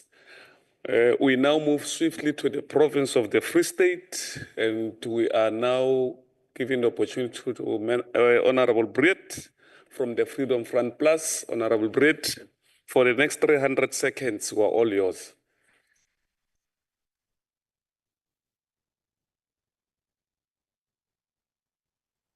Thank you, Acting House Chair. Hierdie jaar is soos elke ander jaar wat ons 'n soortgelyke debat gehad het. Ek het net nie gedink dit gaan so erg wees. Dat die ANC hierdie goeie storie wat hy het om te vertel en ons kwansies inlig oor die vordering in menseregte so erg is nie. Ek gaan egter moet verskil en ek sal self so ver gaan as om die volgende te vra. Het Suid-Afrika nie net bloot die een onderdrukkende regime vir 'n ander geruil nie? We are all just too busy fighting against 31 years of ANC-led failure, mismanagement and broken promises to celebrate a so-called democracy. South Africa is not a shining example of the Freedom Charter ideals. It is a cautionary tale of what happens when corruption, race-based policies, and state capture replace true democracy. When going to the ground, which I am sure many of my ANC colleagues do not do, the reality paints a bleak picture. The Freedom Charter says, "There shall be work and security." Yet today, after 30 years of ANC rule, the unemployment rate has risen to 31.9%. Despite the hopeful promises of the Freedom Charter, the unemployment rate has risen by nearly 12% since 1994. According to Stats SA, homelessness has risen by 324.2% from 1996 to 2022. And I know if you look at the streets in front of Parliament and the inner city, those figures are a lot more still. According to the National Food and Nutrition Security Survey, 63% of South African households are food insecure and at least 17% are critically undernourished. Some other research centers in their surveys interviewed respondents and it said that 73% of respondents were food insecure and 38% were experiencing severe food insecurity. 27% of children under the age of 5 suffer from stunting due to malnutrition and hunger, according to studies by UNICEF. Maar moenie bekommer nie, die ANC het 'n plan. Hulle gaan BTW nog meer verhoog, internasionale handelsvennote gaan ons nog kwaader maak en nog meer wette gaan onderteken word wat ekonomiese groei stuit. Dis ekonomie 101 volgens die ANC. Die manifest sê verder, daar sal behuising, veiligheid en gemak wees. Vandag, 31 jaar later, is daar 'n geraamde 4297 informele nedersettings in Suid-Afrika. onder die ANC.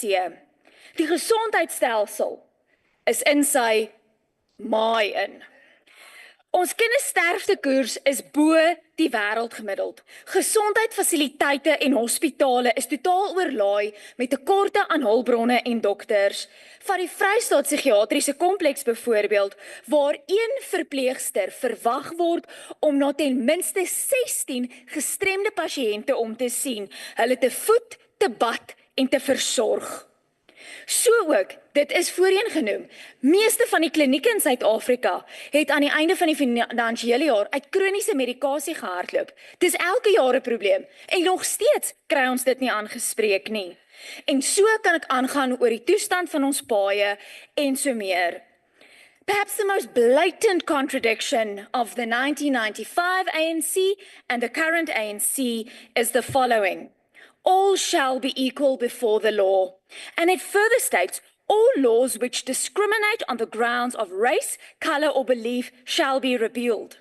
Since the end of apartheid in 1994, South Africa has ironically seen 141 race-based legislation making its course. That is almost half of all racial-related statutes since 1910. Julle is toe nie soveel beter as die NP-regering nie, lyk dit my. Die realiteit is dat miljoene Suid-Afrikaners nie vandag feesvier oor 31 jaar van demokrasie nie, want hul realiteit is ver van dit wat die ANC propageer. Thank you very much, Honorable Member. As we move along from the Free State Province, we'll take the N1 all the way to join the N4 and get the Honorable Mashilo representing the province of Mpumalanga. Honorable Mashilo, you have 600 seconds.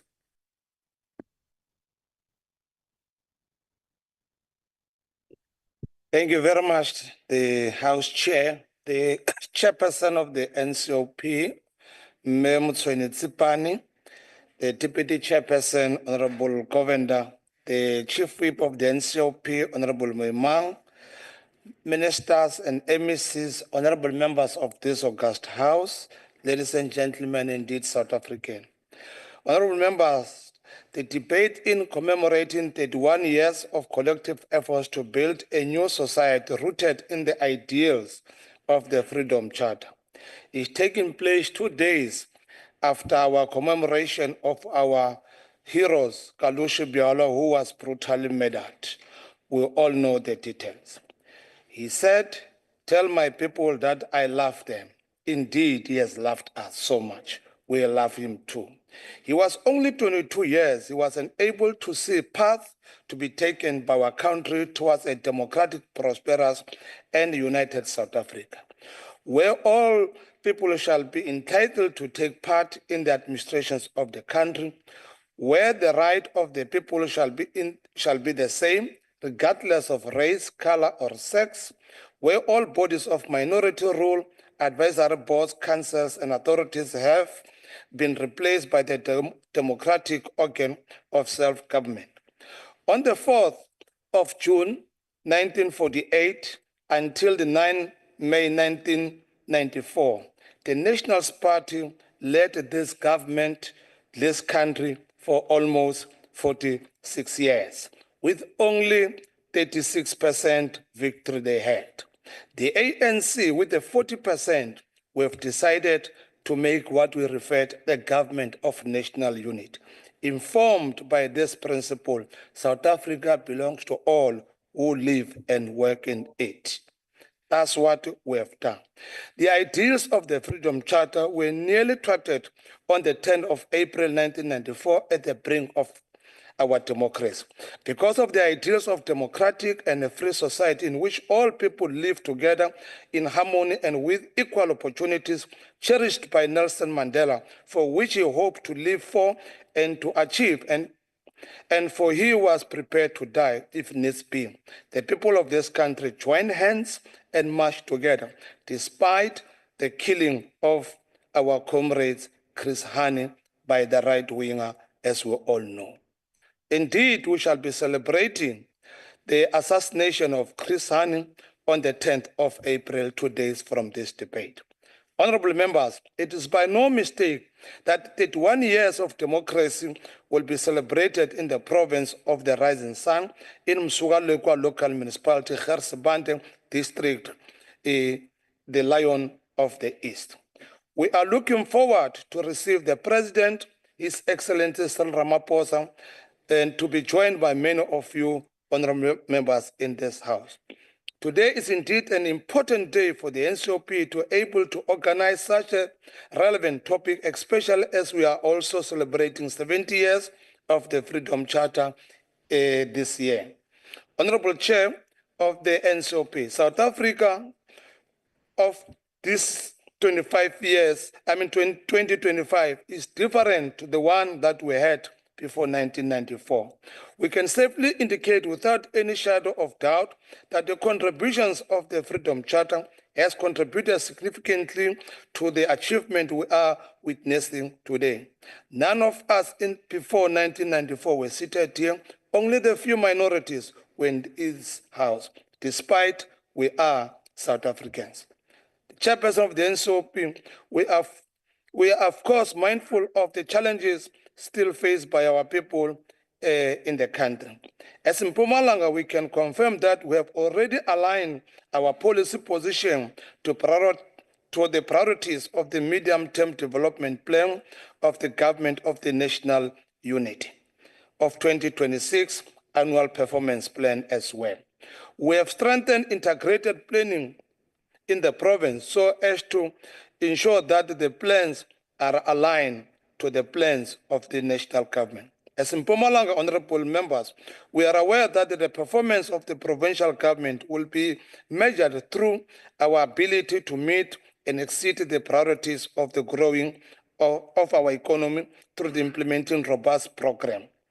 Tata Nelson Mandela, the father of our nation, as the first president of democratic South Africa after the breakthrough of 1994, he once said, open quote, "What counts in life is not the mere fact that we have lived. It is what difference we have made to the lives of others that will determine the significance of the life we lead," close quote. I must indicate, Chairperson, 3 days ago, I met some farmers, white farmers to be particular, and one asked me a question. Is there a reason for them to consider the offer made by Donald Trump? One responded immediately, said, no, don't do that. Here in South Africa, we live like kings. They're so nice. Indeed, my response to this farmer was that when you become a foreigner or you become a refugee, you'll be put in Texans. That is in the farm areas of America. No other people will just accept any foreigners to come to their land and sit in the city center and enjoy. You must equal work for it. So there's no reason, and therefore I agree with the farmer. We are about to conclude another boarding school amongst many that mean to address the plight of the children of the farm workers in the province. Since 1994, we have built hundreds of new schools, added many new classrooms, to heed the call of Freedom Charter that the doors of learning shall be open for all. We understand very well that it is through education that some of our worst historical challenges can be addressed. We appreciate the Minister of Finance, Khutsong, for passing the budget and making sure that he allocates the money to us. Thanks to all members who voted for this budget for our people. We can challenge.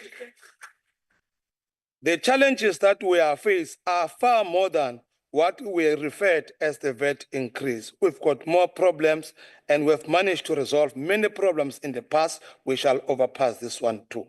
Last month, we had a program called Take the Legislature to the People in Victor Kanye municipalities, where the Honorable Premier handed over a very important and a beautiful community hall, including child care center, to the people of Victor Kanye local municipality in Delmas.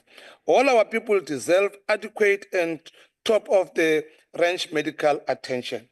For that reason, we are building and still planning for more new hospitals, including Mapulaning, Middelburg, Wheatbank, Linamalachi, Petal, and many other primary healthcare facilities to practically respond to the ideals of Freedom Charter. Free medical care and hospitalization shall be provided for all. And therefore, the NHI is the road to go.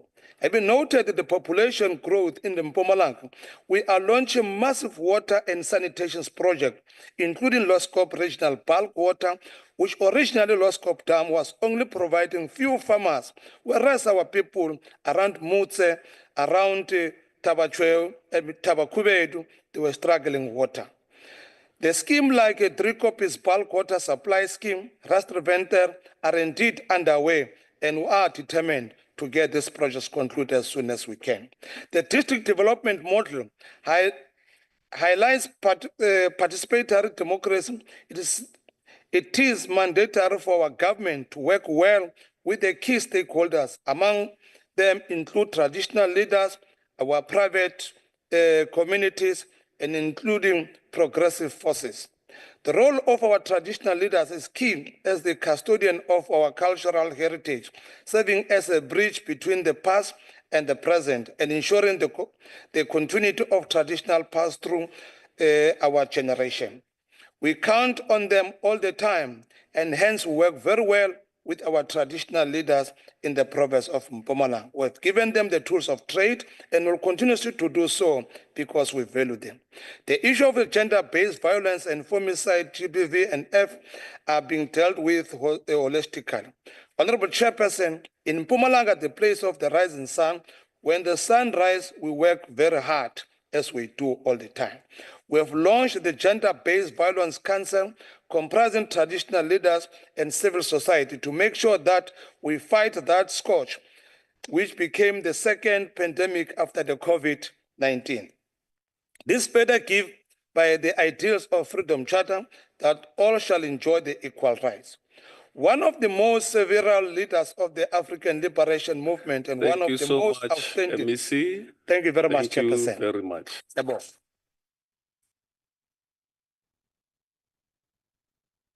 From the province of Mpumalanga, we'll go straight to the province of the Home of Legends, and we'll get Honorable Peter of the United Democratic Movement.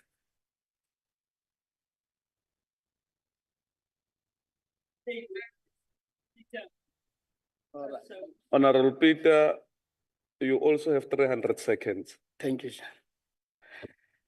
Thank you, Chair.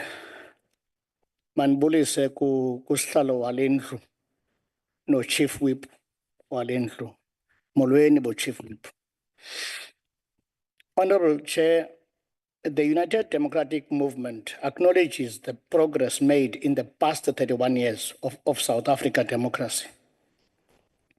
It is clear that the vision of the Freedom Charter remains far from fully realized.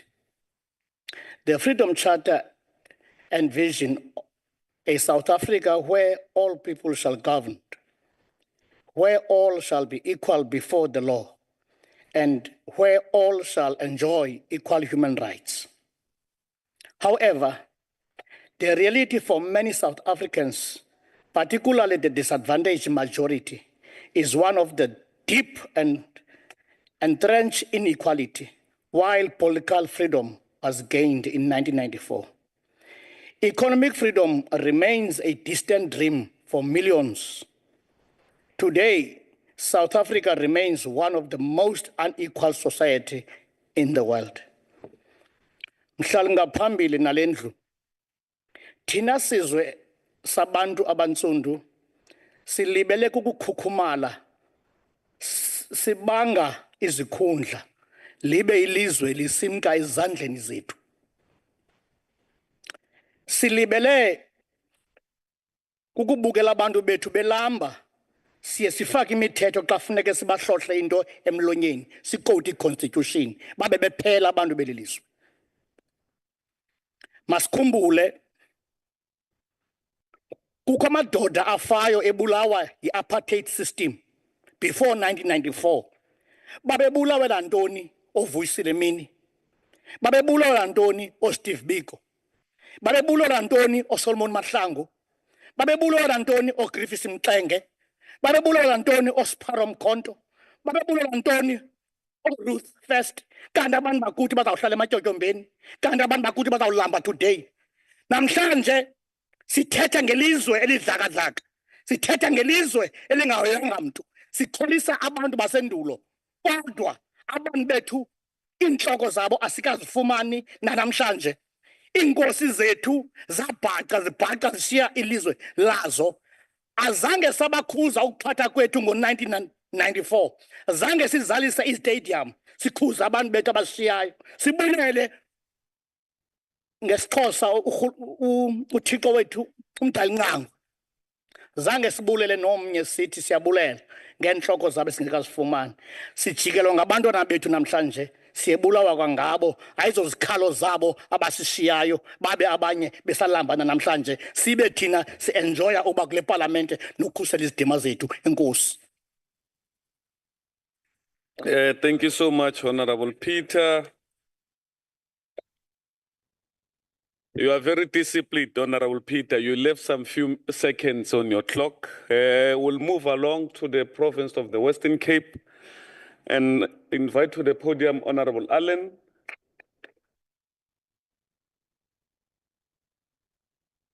Honorable Allen, you've got 600 seconds. It's all yours, 600.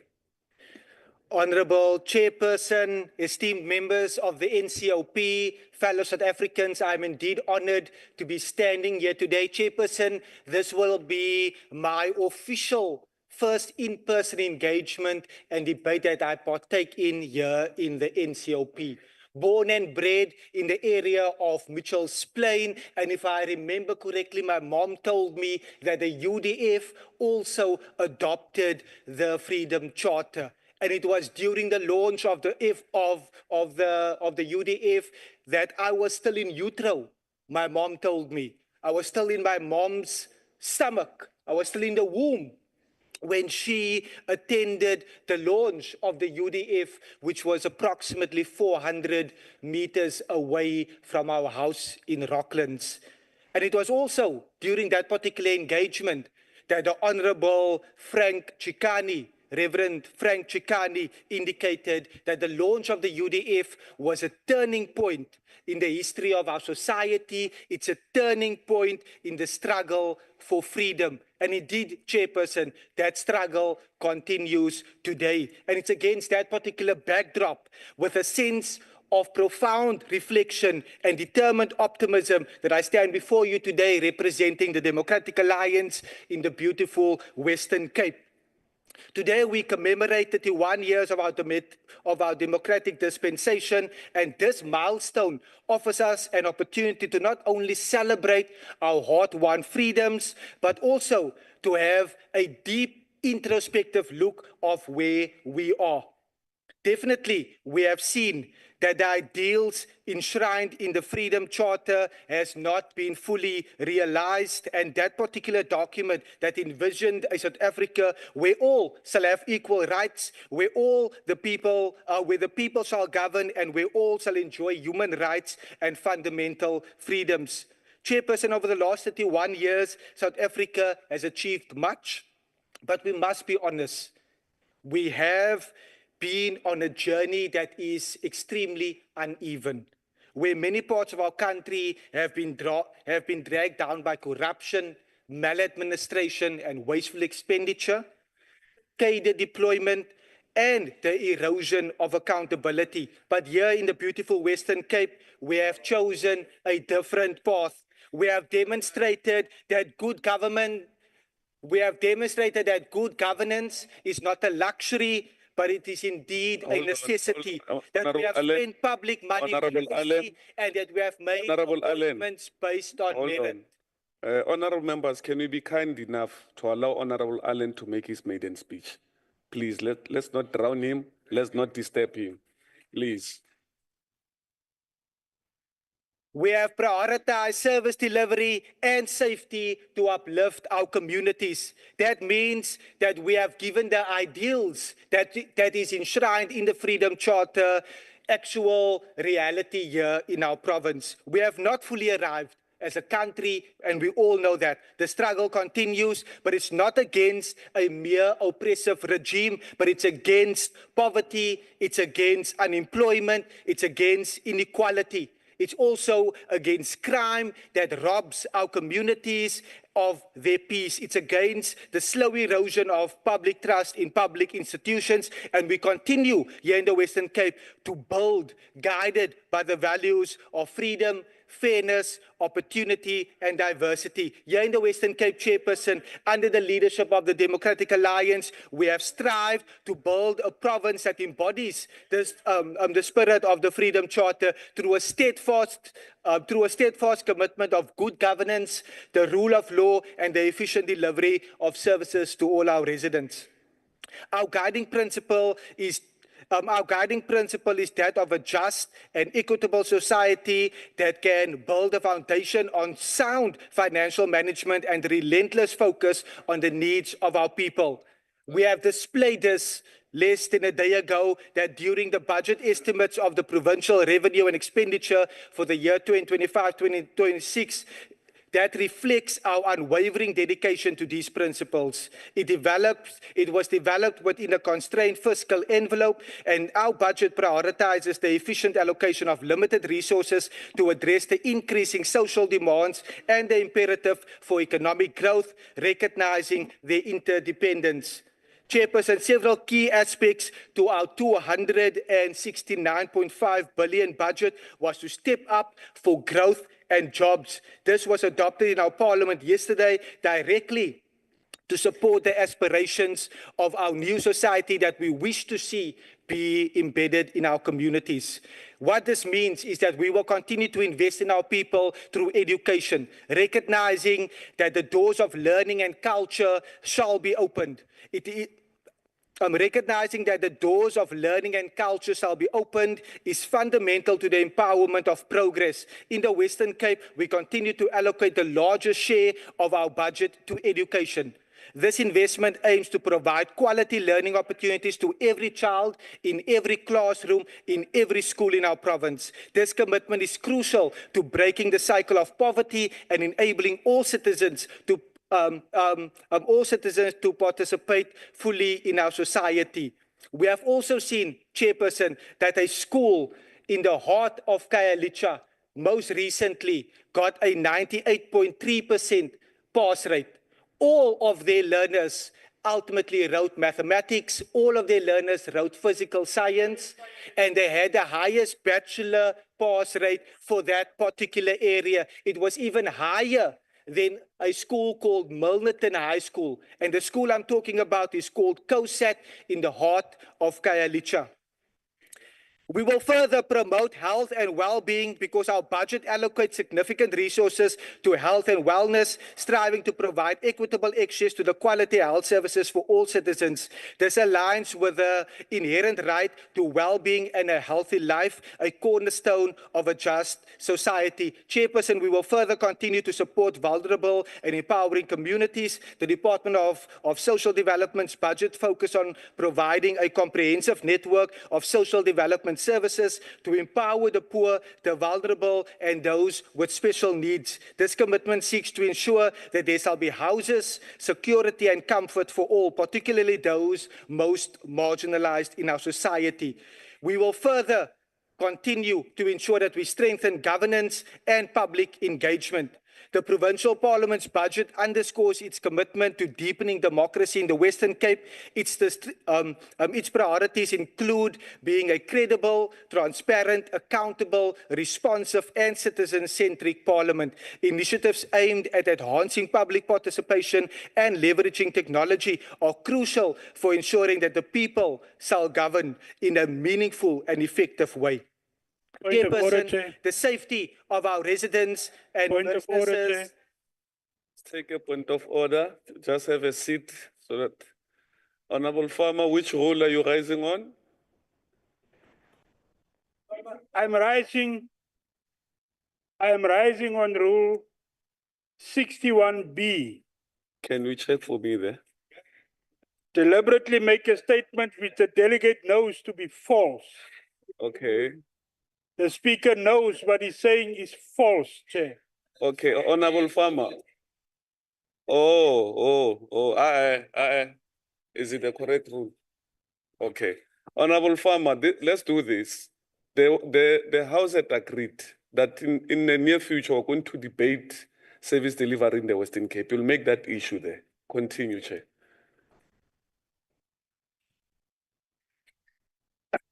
Chairperson, the safety of our residents and businesses is a fundamental priority. We will thus, over the MTF, allocate 3.95 billion to safety programs, and this includes 1.311 billion for our law enforcement advancement program, or commonly known as LEAP program, where we have placed additional boots on the ground to compensate for the lack of resources that we have here in our province. We have further allocated to our K9 units because we have systematically seen over the last 5 years a 28% reduction in the K9 units as supplied by the South African Police Service. And our K9 units are found in the Swartland area, across the Mossel Bay area, as well as Overstrand, together with our law enforcement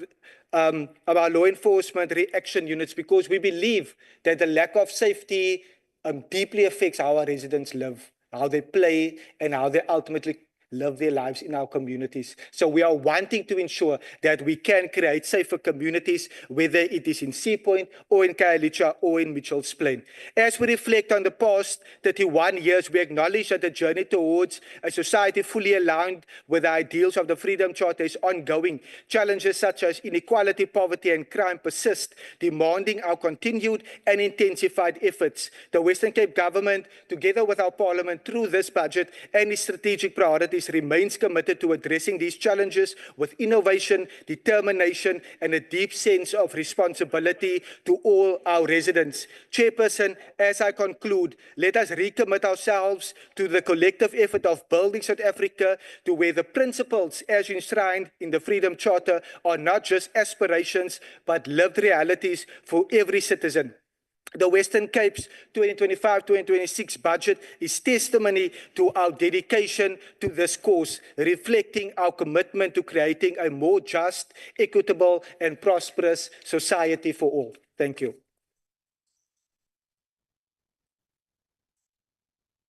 Thank you so much, Honorable Allen. We remain in the Western Cape, and we now take Honorable Badenhorst, who also has 360 seconds.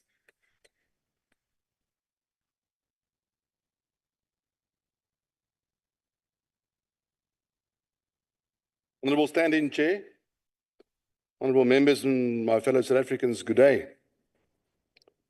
So here we have it.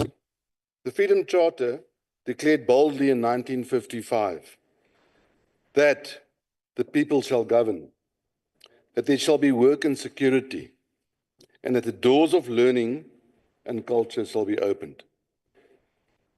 Today, 31 years into ANC rule, and it's only just at the moment, might I remind you, with the 39%. Those promises lie in tatters. They betrayed not by time, but they are betrayed by the very custodians who were entrusted to realize them. Let us speak plainly. The people do not govern when municipalities are hijacked by cadre deployment. Service delivery is outsourced to comrades, and community voices are drowned out by tone-deaf politicians peddling empty promise on the eve of the election in the form of T-shirts and bread. This is not democracy, it's decay. There shall be work and security. Unemployment today, as has been mentioned earlier in the House, sits at over 41% in expanded terms. Millions of young people are without work, without training, and without hope. Instead of economic freedom, they are shackled by a state that has failed to create an enabling environment for growth. Corruption, policy uncertainty, and crumbling infrastructure are not the result of bad luck. They are the fruits of 31 years of ANC misrule in this country. The Freedom Charter says the land shall be shared among those who work it. But what has the ANC done? They failed to support emerging black farmers. They mismanaged land reform. They weaponized the issue to distract from their own incompetence. Instead of building a nation of owners, the ANC builds a bureaucracy of renters and dependents. The doors of learning and culture shall be opened. Tell that to the child who still learns under a tree, to the student who must walk miles to school without textbooks, or to the graduate without a degree and no job. The ANC has locked the doors, they've lost the keys, and they've outsourced the locksmith to the dodgy entrepreneurs. Minister Simelane, it's a pity you're not in the House today, because your vitriol based on skin pigmentation, I'm sure we're going to get some more of that just now, removes the shame of you being shuffled around in cabinet.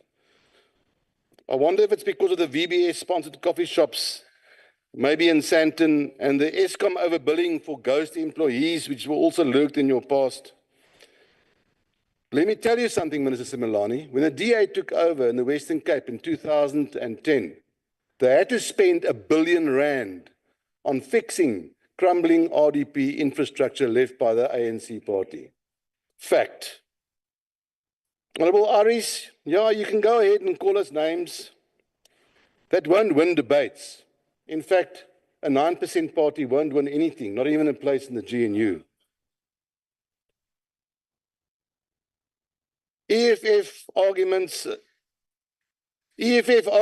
are so hollow, whether they use 10 minutes of their 15 minutes. I think last week they also left about 8 minutes on the table. I wonder if Honourable Gericke is being sidelined by some reason by the EFF. Maybe they don't want him to come and debate. Let's not get involved in their personal politics here. Honourable Zulu, yeah, thank you for the MK's contribution. You rejected everything today, but you forgot to mention that you also reject the Constitution, which sometimes you remember, but then you forget to mention it again. Minister Kabayi, the biggest injustice of the post-31 years is the 39% ANC. There can't be a bigger injustice than that. Honourable Baines, you referred to your ANC, including the current president, presiding over silly season. Correct. That 9 years of state capture, the current president of the country was one of the presiding officers over those 9 years of state capture. Where was he when Zuma was plundering this country? What did he do when the Guptas were running away with 450 billion rands of South African assets through the Middle East, and they're still sitting there?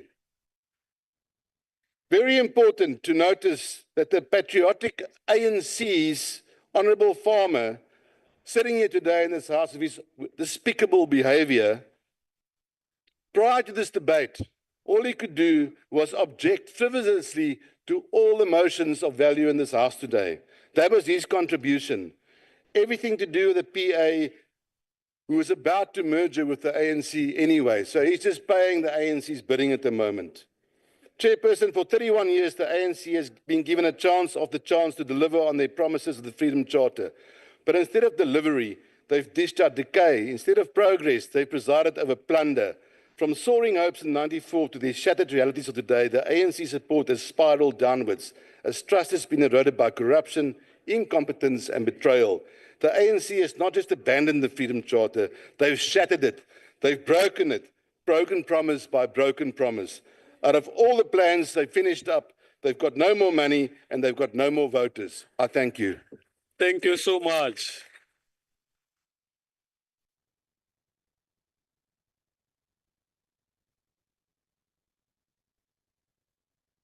Member Zulu? I'm covered. You are covered. But this one should be debating. You are covered. This one. Which one? Biden should be debating. It's not a DA sponsored debate. Mageba. No, Mageba. We don't work that way. No. If we, Mageba. Hello. Hey. I'm here. I'm here. I am here. We're not going to have fist fighting when I'm here. Mageba. That does not work. Please. That does not work. You have issues, there's a podium here, come and debate. You don't like what they're saying, it's okay, come and debate. There's no problem here. We are moving to Northwest. We have gone from Western Cape. We are going to Northwest. Honorable Midupi is already on the platform. Honorable Midupi, I'll be generous and I'll give you 900 seconds.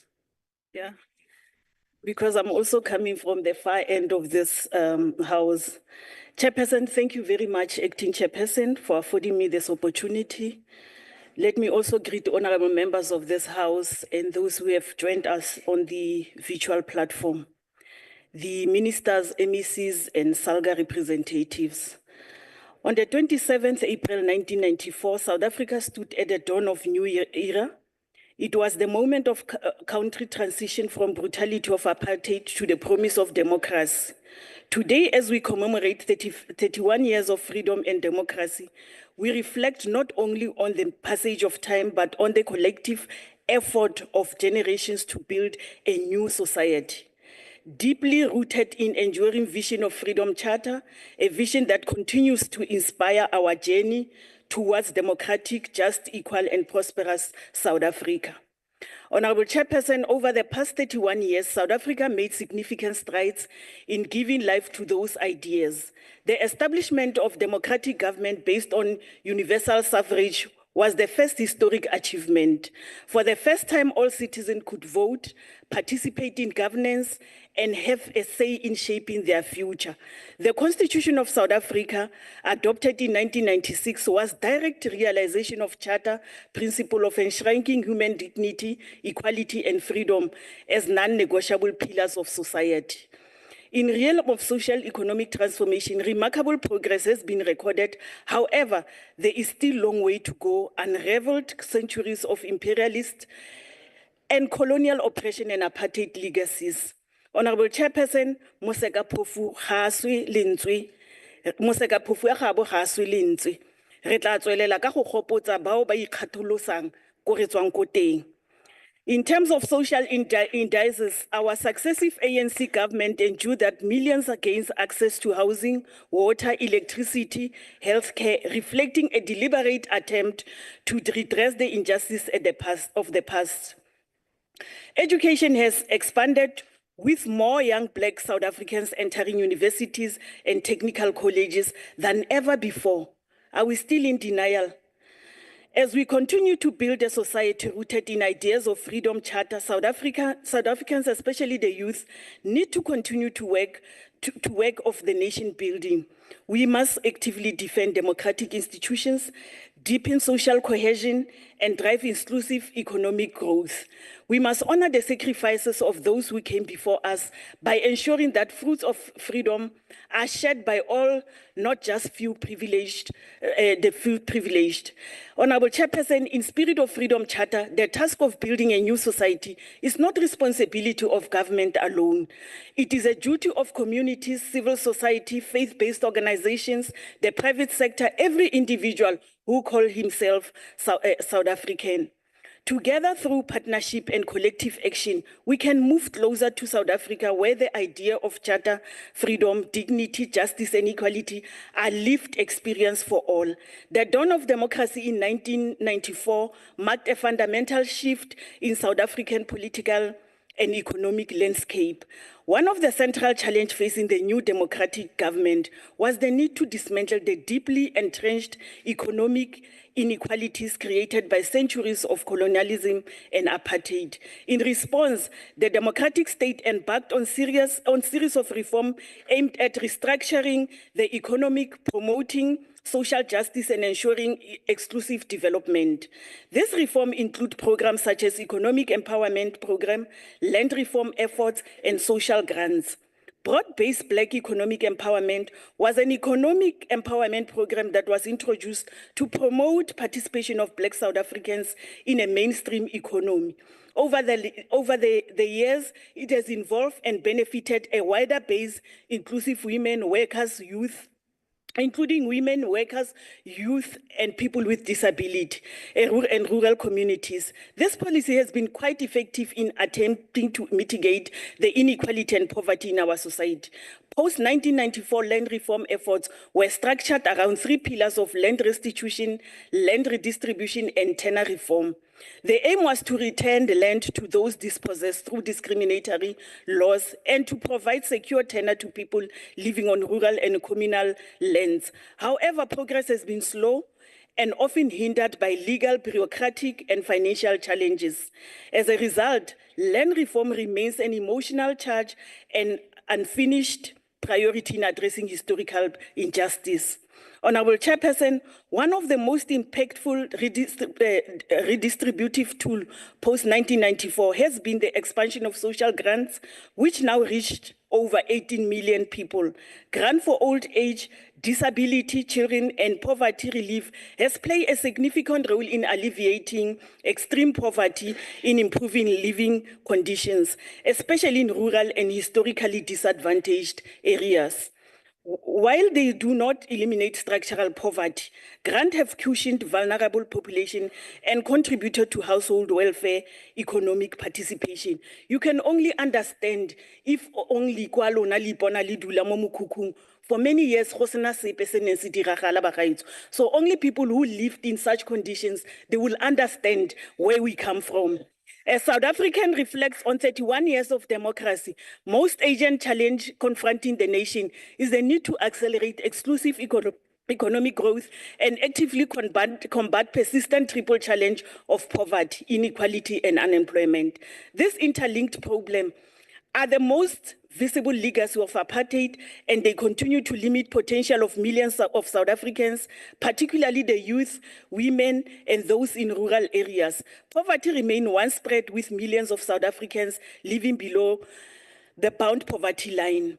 Honorable Chairperson, inequality, especially in terms of income, wealth, and assets, amongst the highest in the world. It is important to underline that inequality, unemployment, and poverty has gender and a spatial dimension, which is stubborn legacy of discriminatory practices of evil systems of apartheid.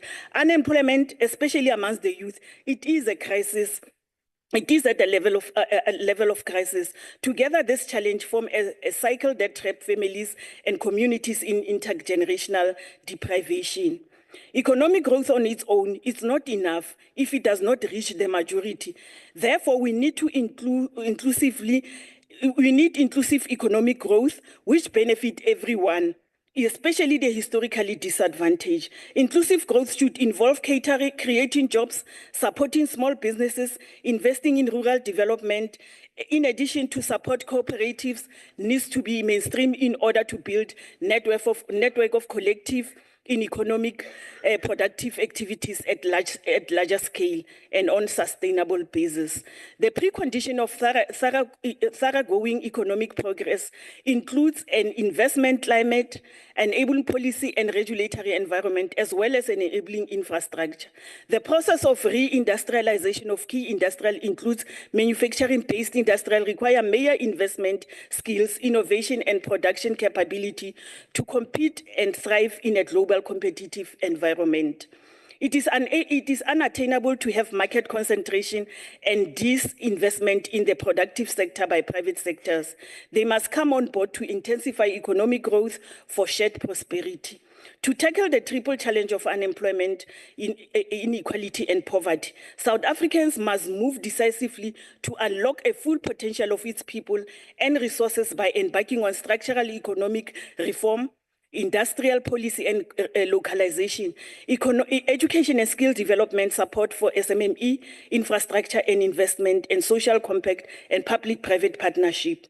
One of the most critical levers of achieving inclusive economic growth in South Africa is alignment of skills development with economic development, particularly through education and vocational training. Importantly, a process of building entrepreneurial spirit amongst the youth and women are critical interventions for the country grappling with high unemployment, especially amongst the young, bridging the gap between supply of skills and demand of economy. It is not just strategic, it is essential for national transformation. The 2024 ANC manifesto states that ANC has vastly improved access to education, transforming lives of millions of South Africa. South Africa today enjoys higher levels of education and empowerment than during the apartheid era.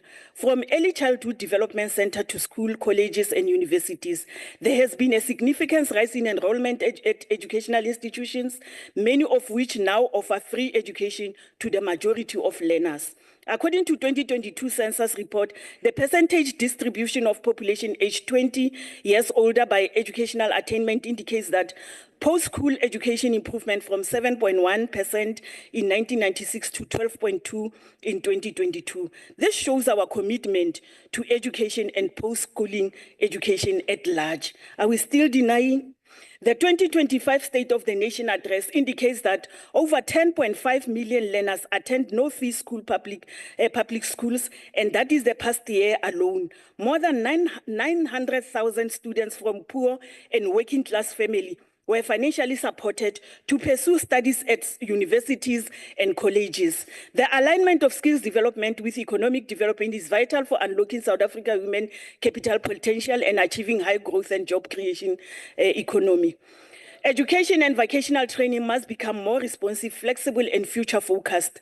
This requires ongoing collaboration between state, businesses, labor, education provider, guided by accurate labor market intelligence and shared commitment to youth empowerment.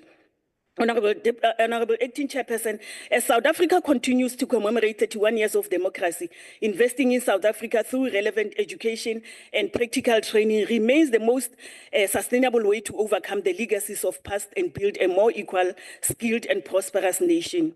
The future of any nation rests on the shoulder of its youth. In South Africa, where the majority of population is under 35, youth development is not just developmental priority, it is a national imperative.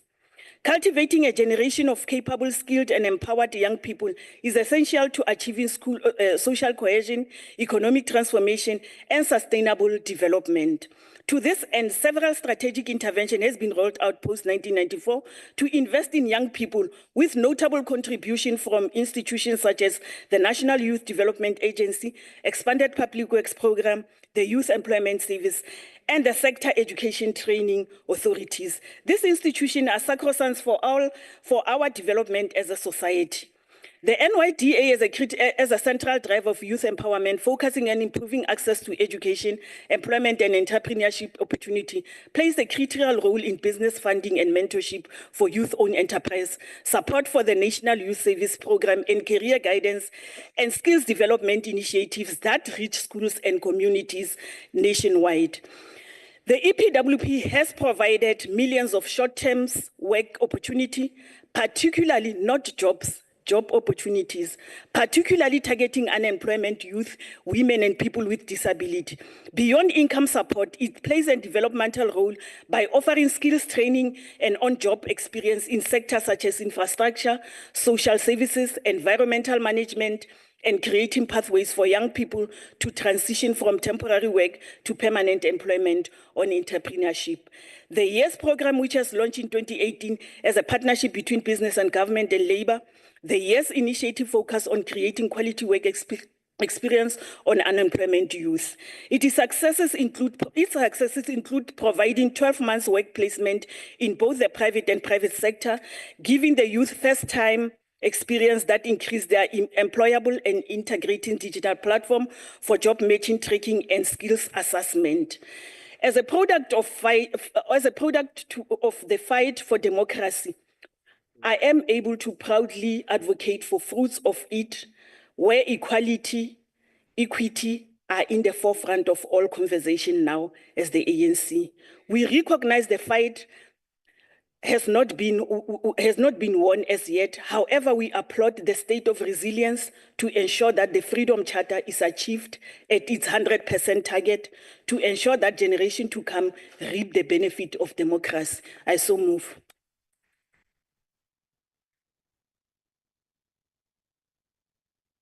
Thank you very much, Honorable Midupi from the province of Northwest. We now move to the province of the Free State, and we invite Upongani Ukhatebe. And we give you, on behalf of the African National Congress, we give you 300 seconds. Yes.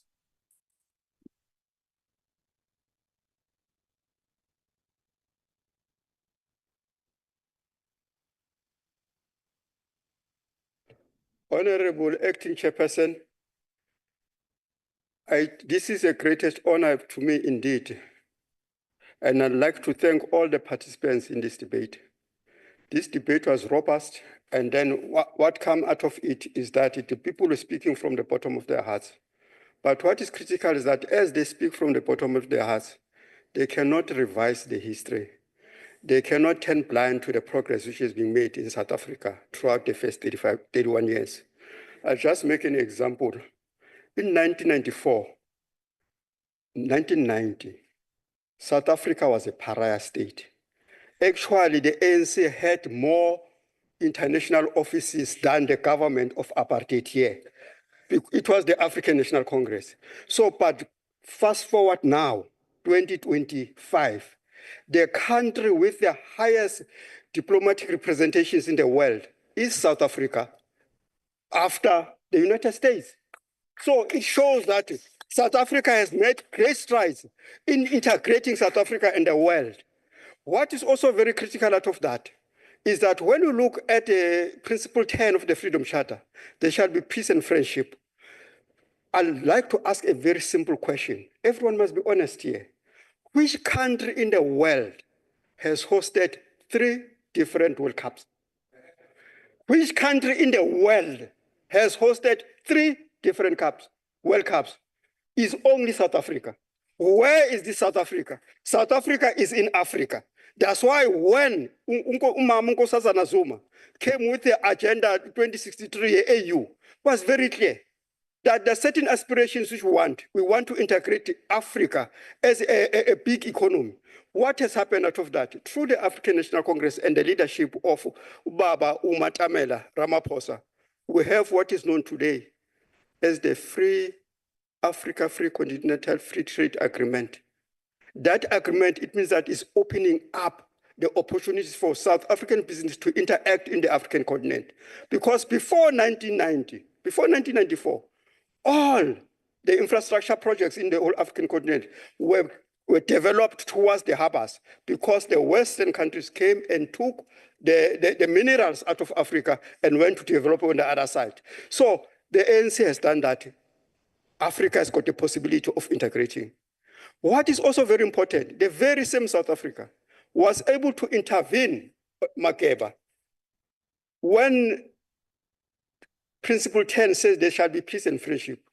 Read it further, it's very clear. It says South Africa will be a sovereign, independent state and need to respect the independence of the other states. That's what South Africa has done. Instead of the apartheid regime, which was going to make coups in the other African countries, South Africa has helped South Sudan to stabilize, to become a country. South Africa has helped to resolve conflict in the DRC. The South Africa has helped to resolve conflict in Mozambique. So how can you say that we've abandoned the Freedom Charter? Those who say that the ANC has abandoned the Freedom Charter, again, let's go to the G7, the biggest economies in the world. When coming to the issue of the doors of learning and culture shall be open, go to America, go to China, go to Germany, go to India, all those countries, when they provide loans for their students at the higher education level, they have to pay those loans back. Is that happening in South Africa? No, because the principle of the Freedom Charter is very clear, that the doors of learning and culture shall be open. That's why we're not only open at the primary school level, we're also opening up at the tertiary school level. So how can they say that we've abandoned the principles of the Freedom Charter? Let's go to the other one. The DS just said here that one, we just introduced VAT in the fiscal framework because we wanted to loot and loot. It's not true. When you look at that fiscal framework, it's empowering the SARS. The SARS is going to be able to collect enough money to transform the state, to bring a better life to all. Number 2, the very same SARS is going to collect enough money so that the frontline services in the various departments are going to be executed. So how can you say that the ANC has abandoned the Freedom Charter? It is not true. The practical programs which we are having on the ground are the ones which are bringing a better life for all. Someone said here, there were more jobs before, during apartheid. Let us be true. What type of jobs were there? Go to Harsibande, Ubaba Ulende, the Lion of the East. actually had to go and fight for our workers who were being killed. Siyabonga. Emabhunwini. So to serve the minority. So the ANC has not abandoned. Siyabonga. Siyabonga. Siyabonga.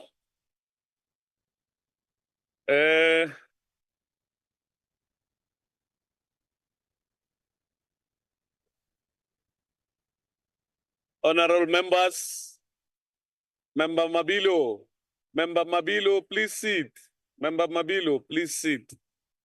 Honorable members, on behalf of the chairperson of the National Council of Provinces, I would like to thank all the permanent delegates for the debates, special delegates and SALGA representatives for availing themselves for this sitting, and especially to you. I always fight if members of Western Cape are unable to be here. So you came, first maiden speech, you are in the house. I respect that and thank you very much. Honorable members, this then brings to an end the debate for today. The House stand adjourned. Thank you very much.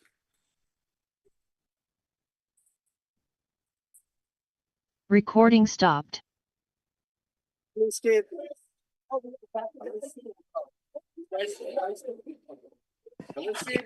Thank you, Chairperson Omcha.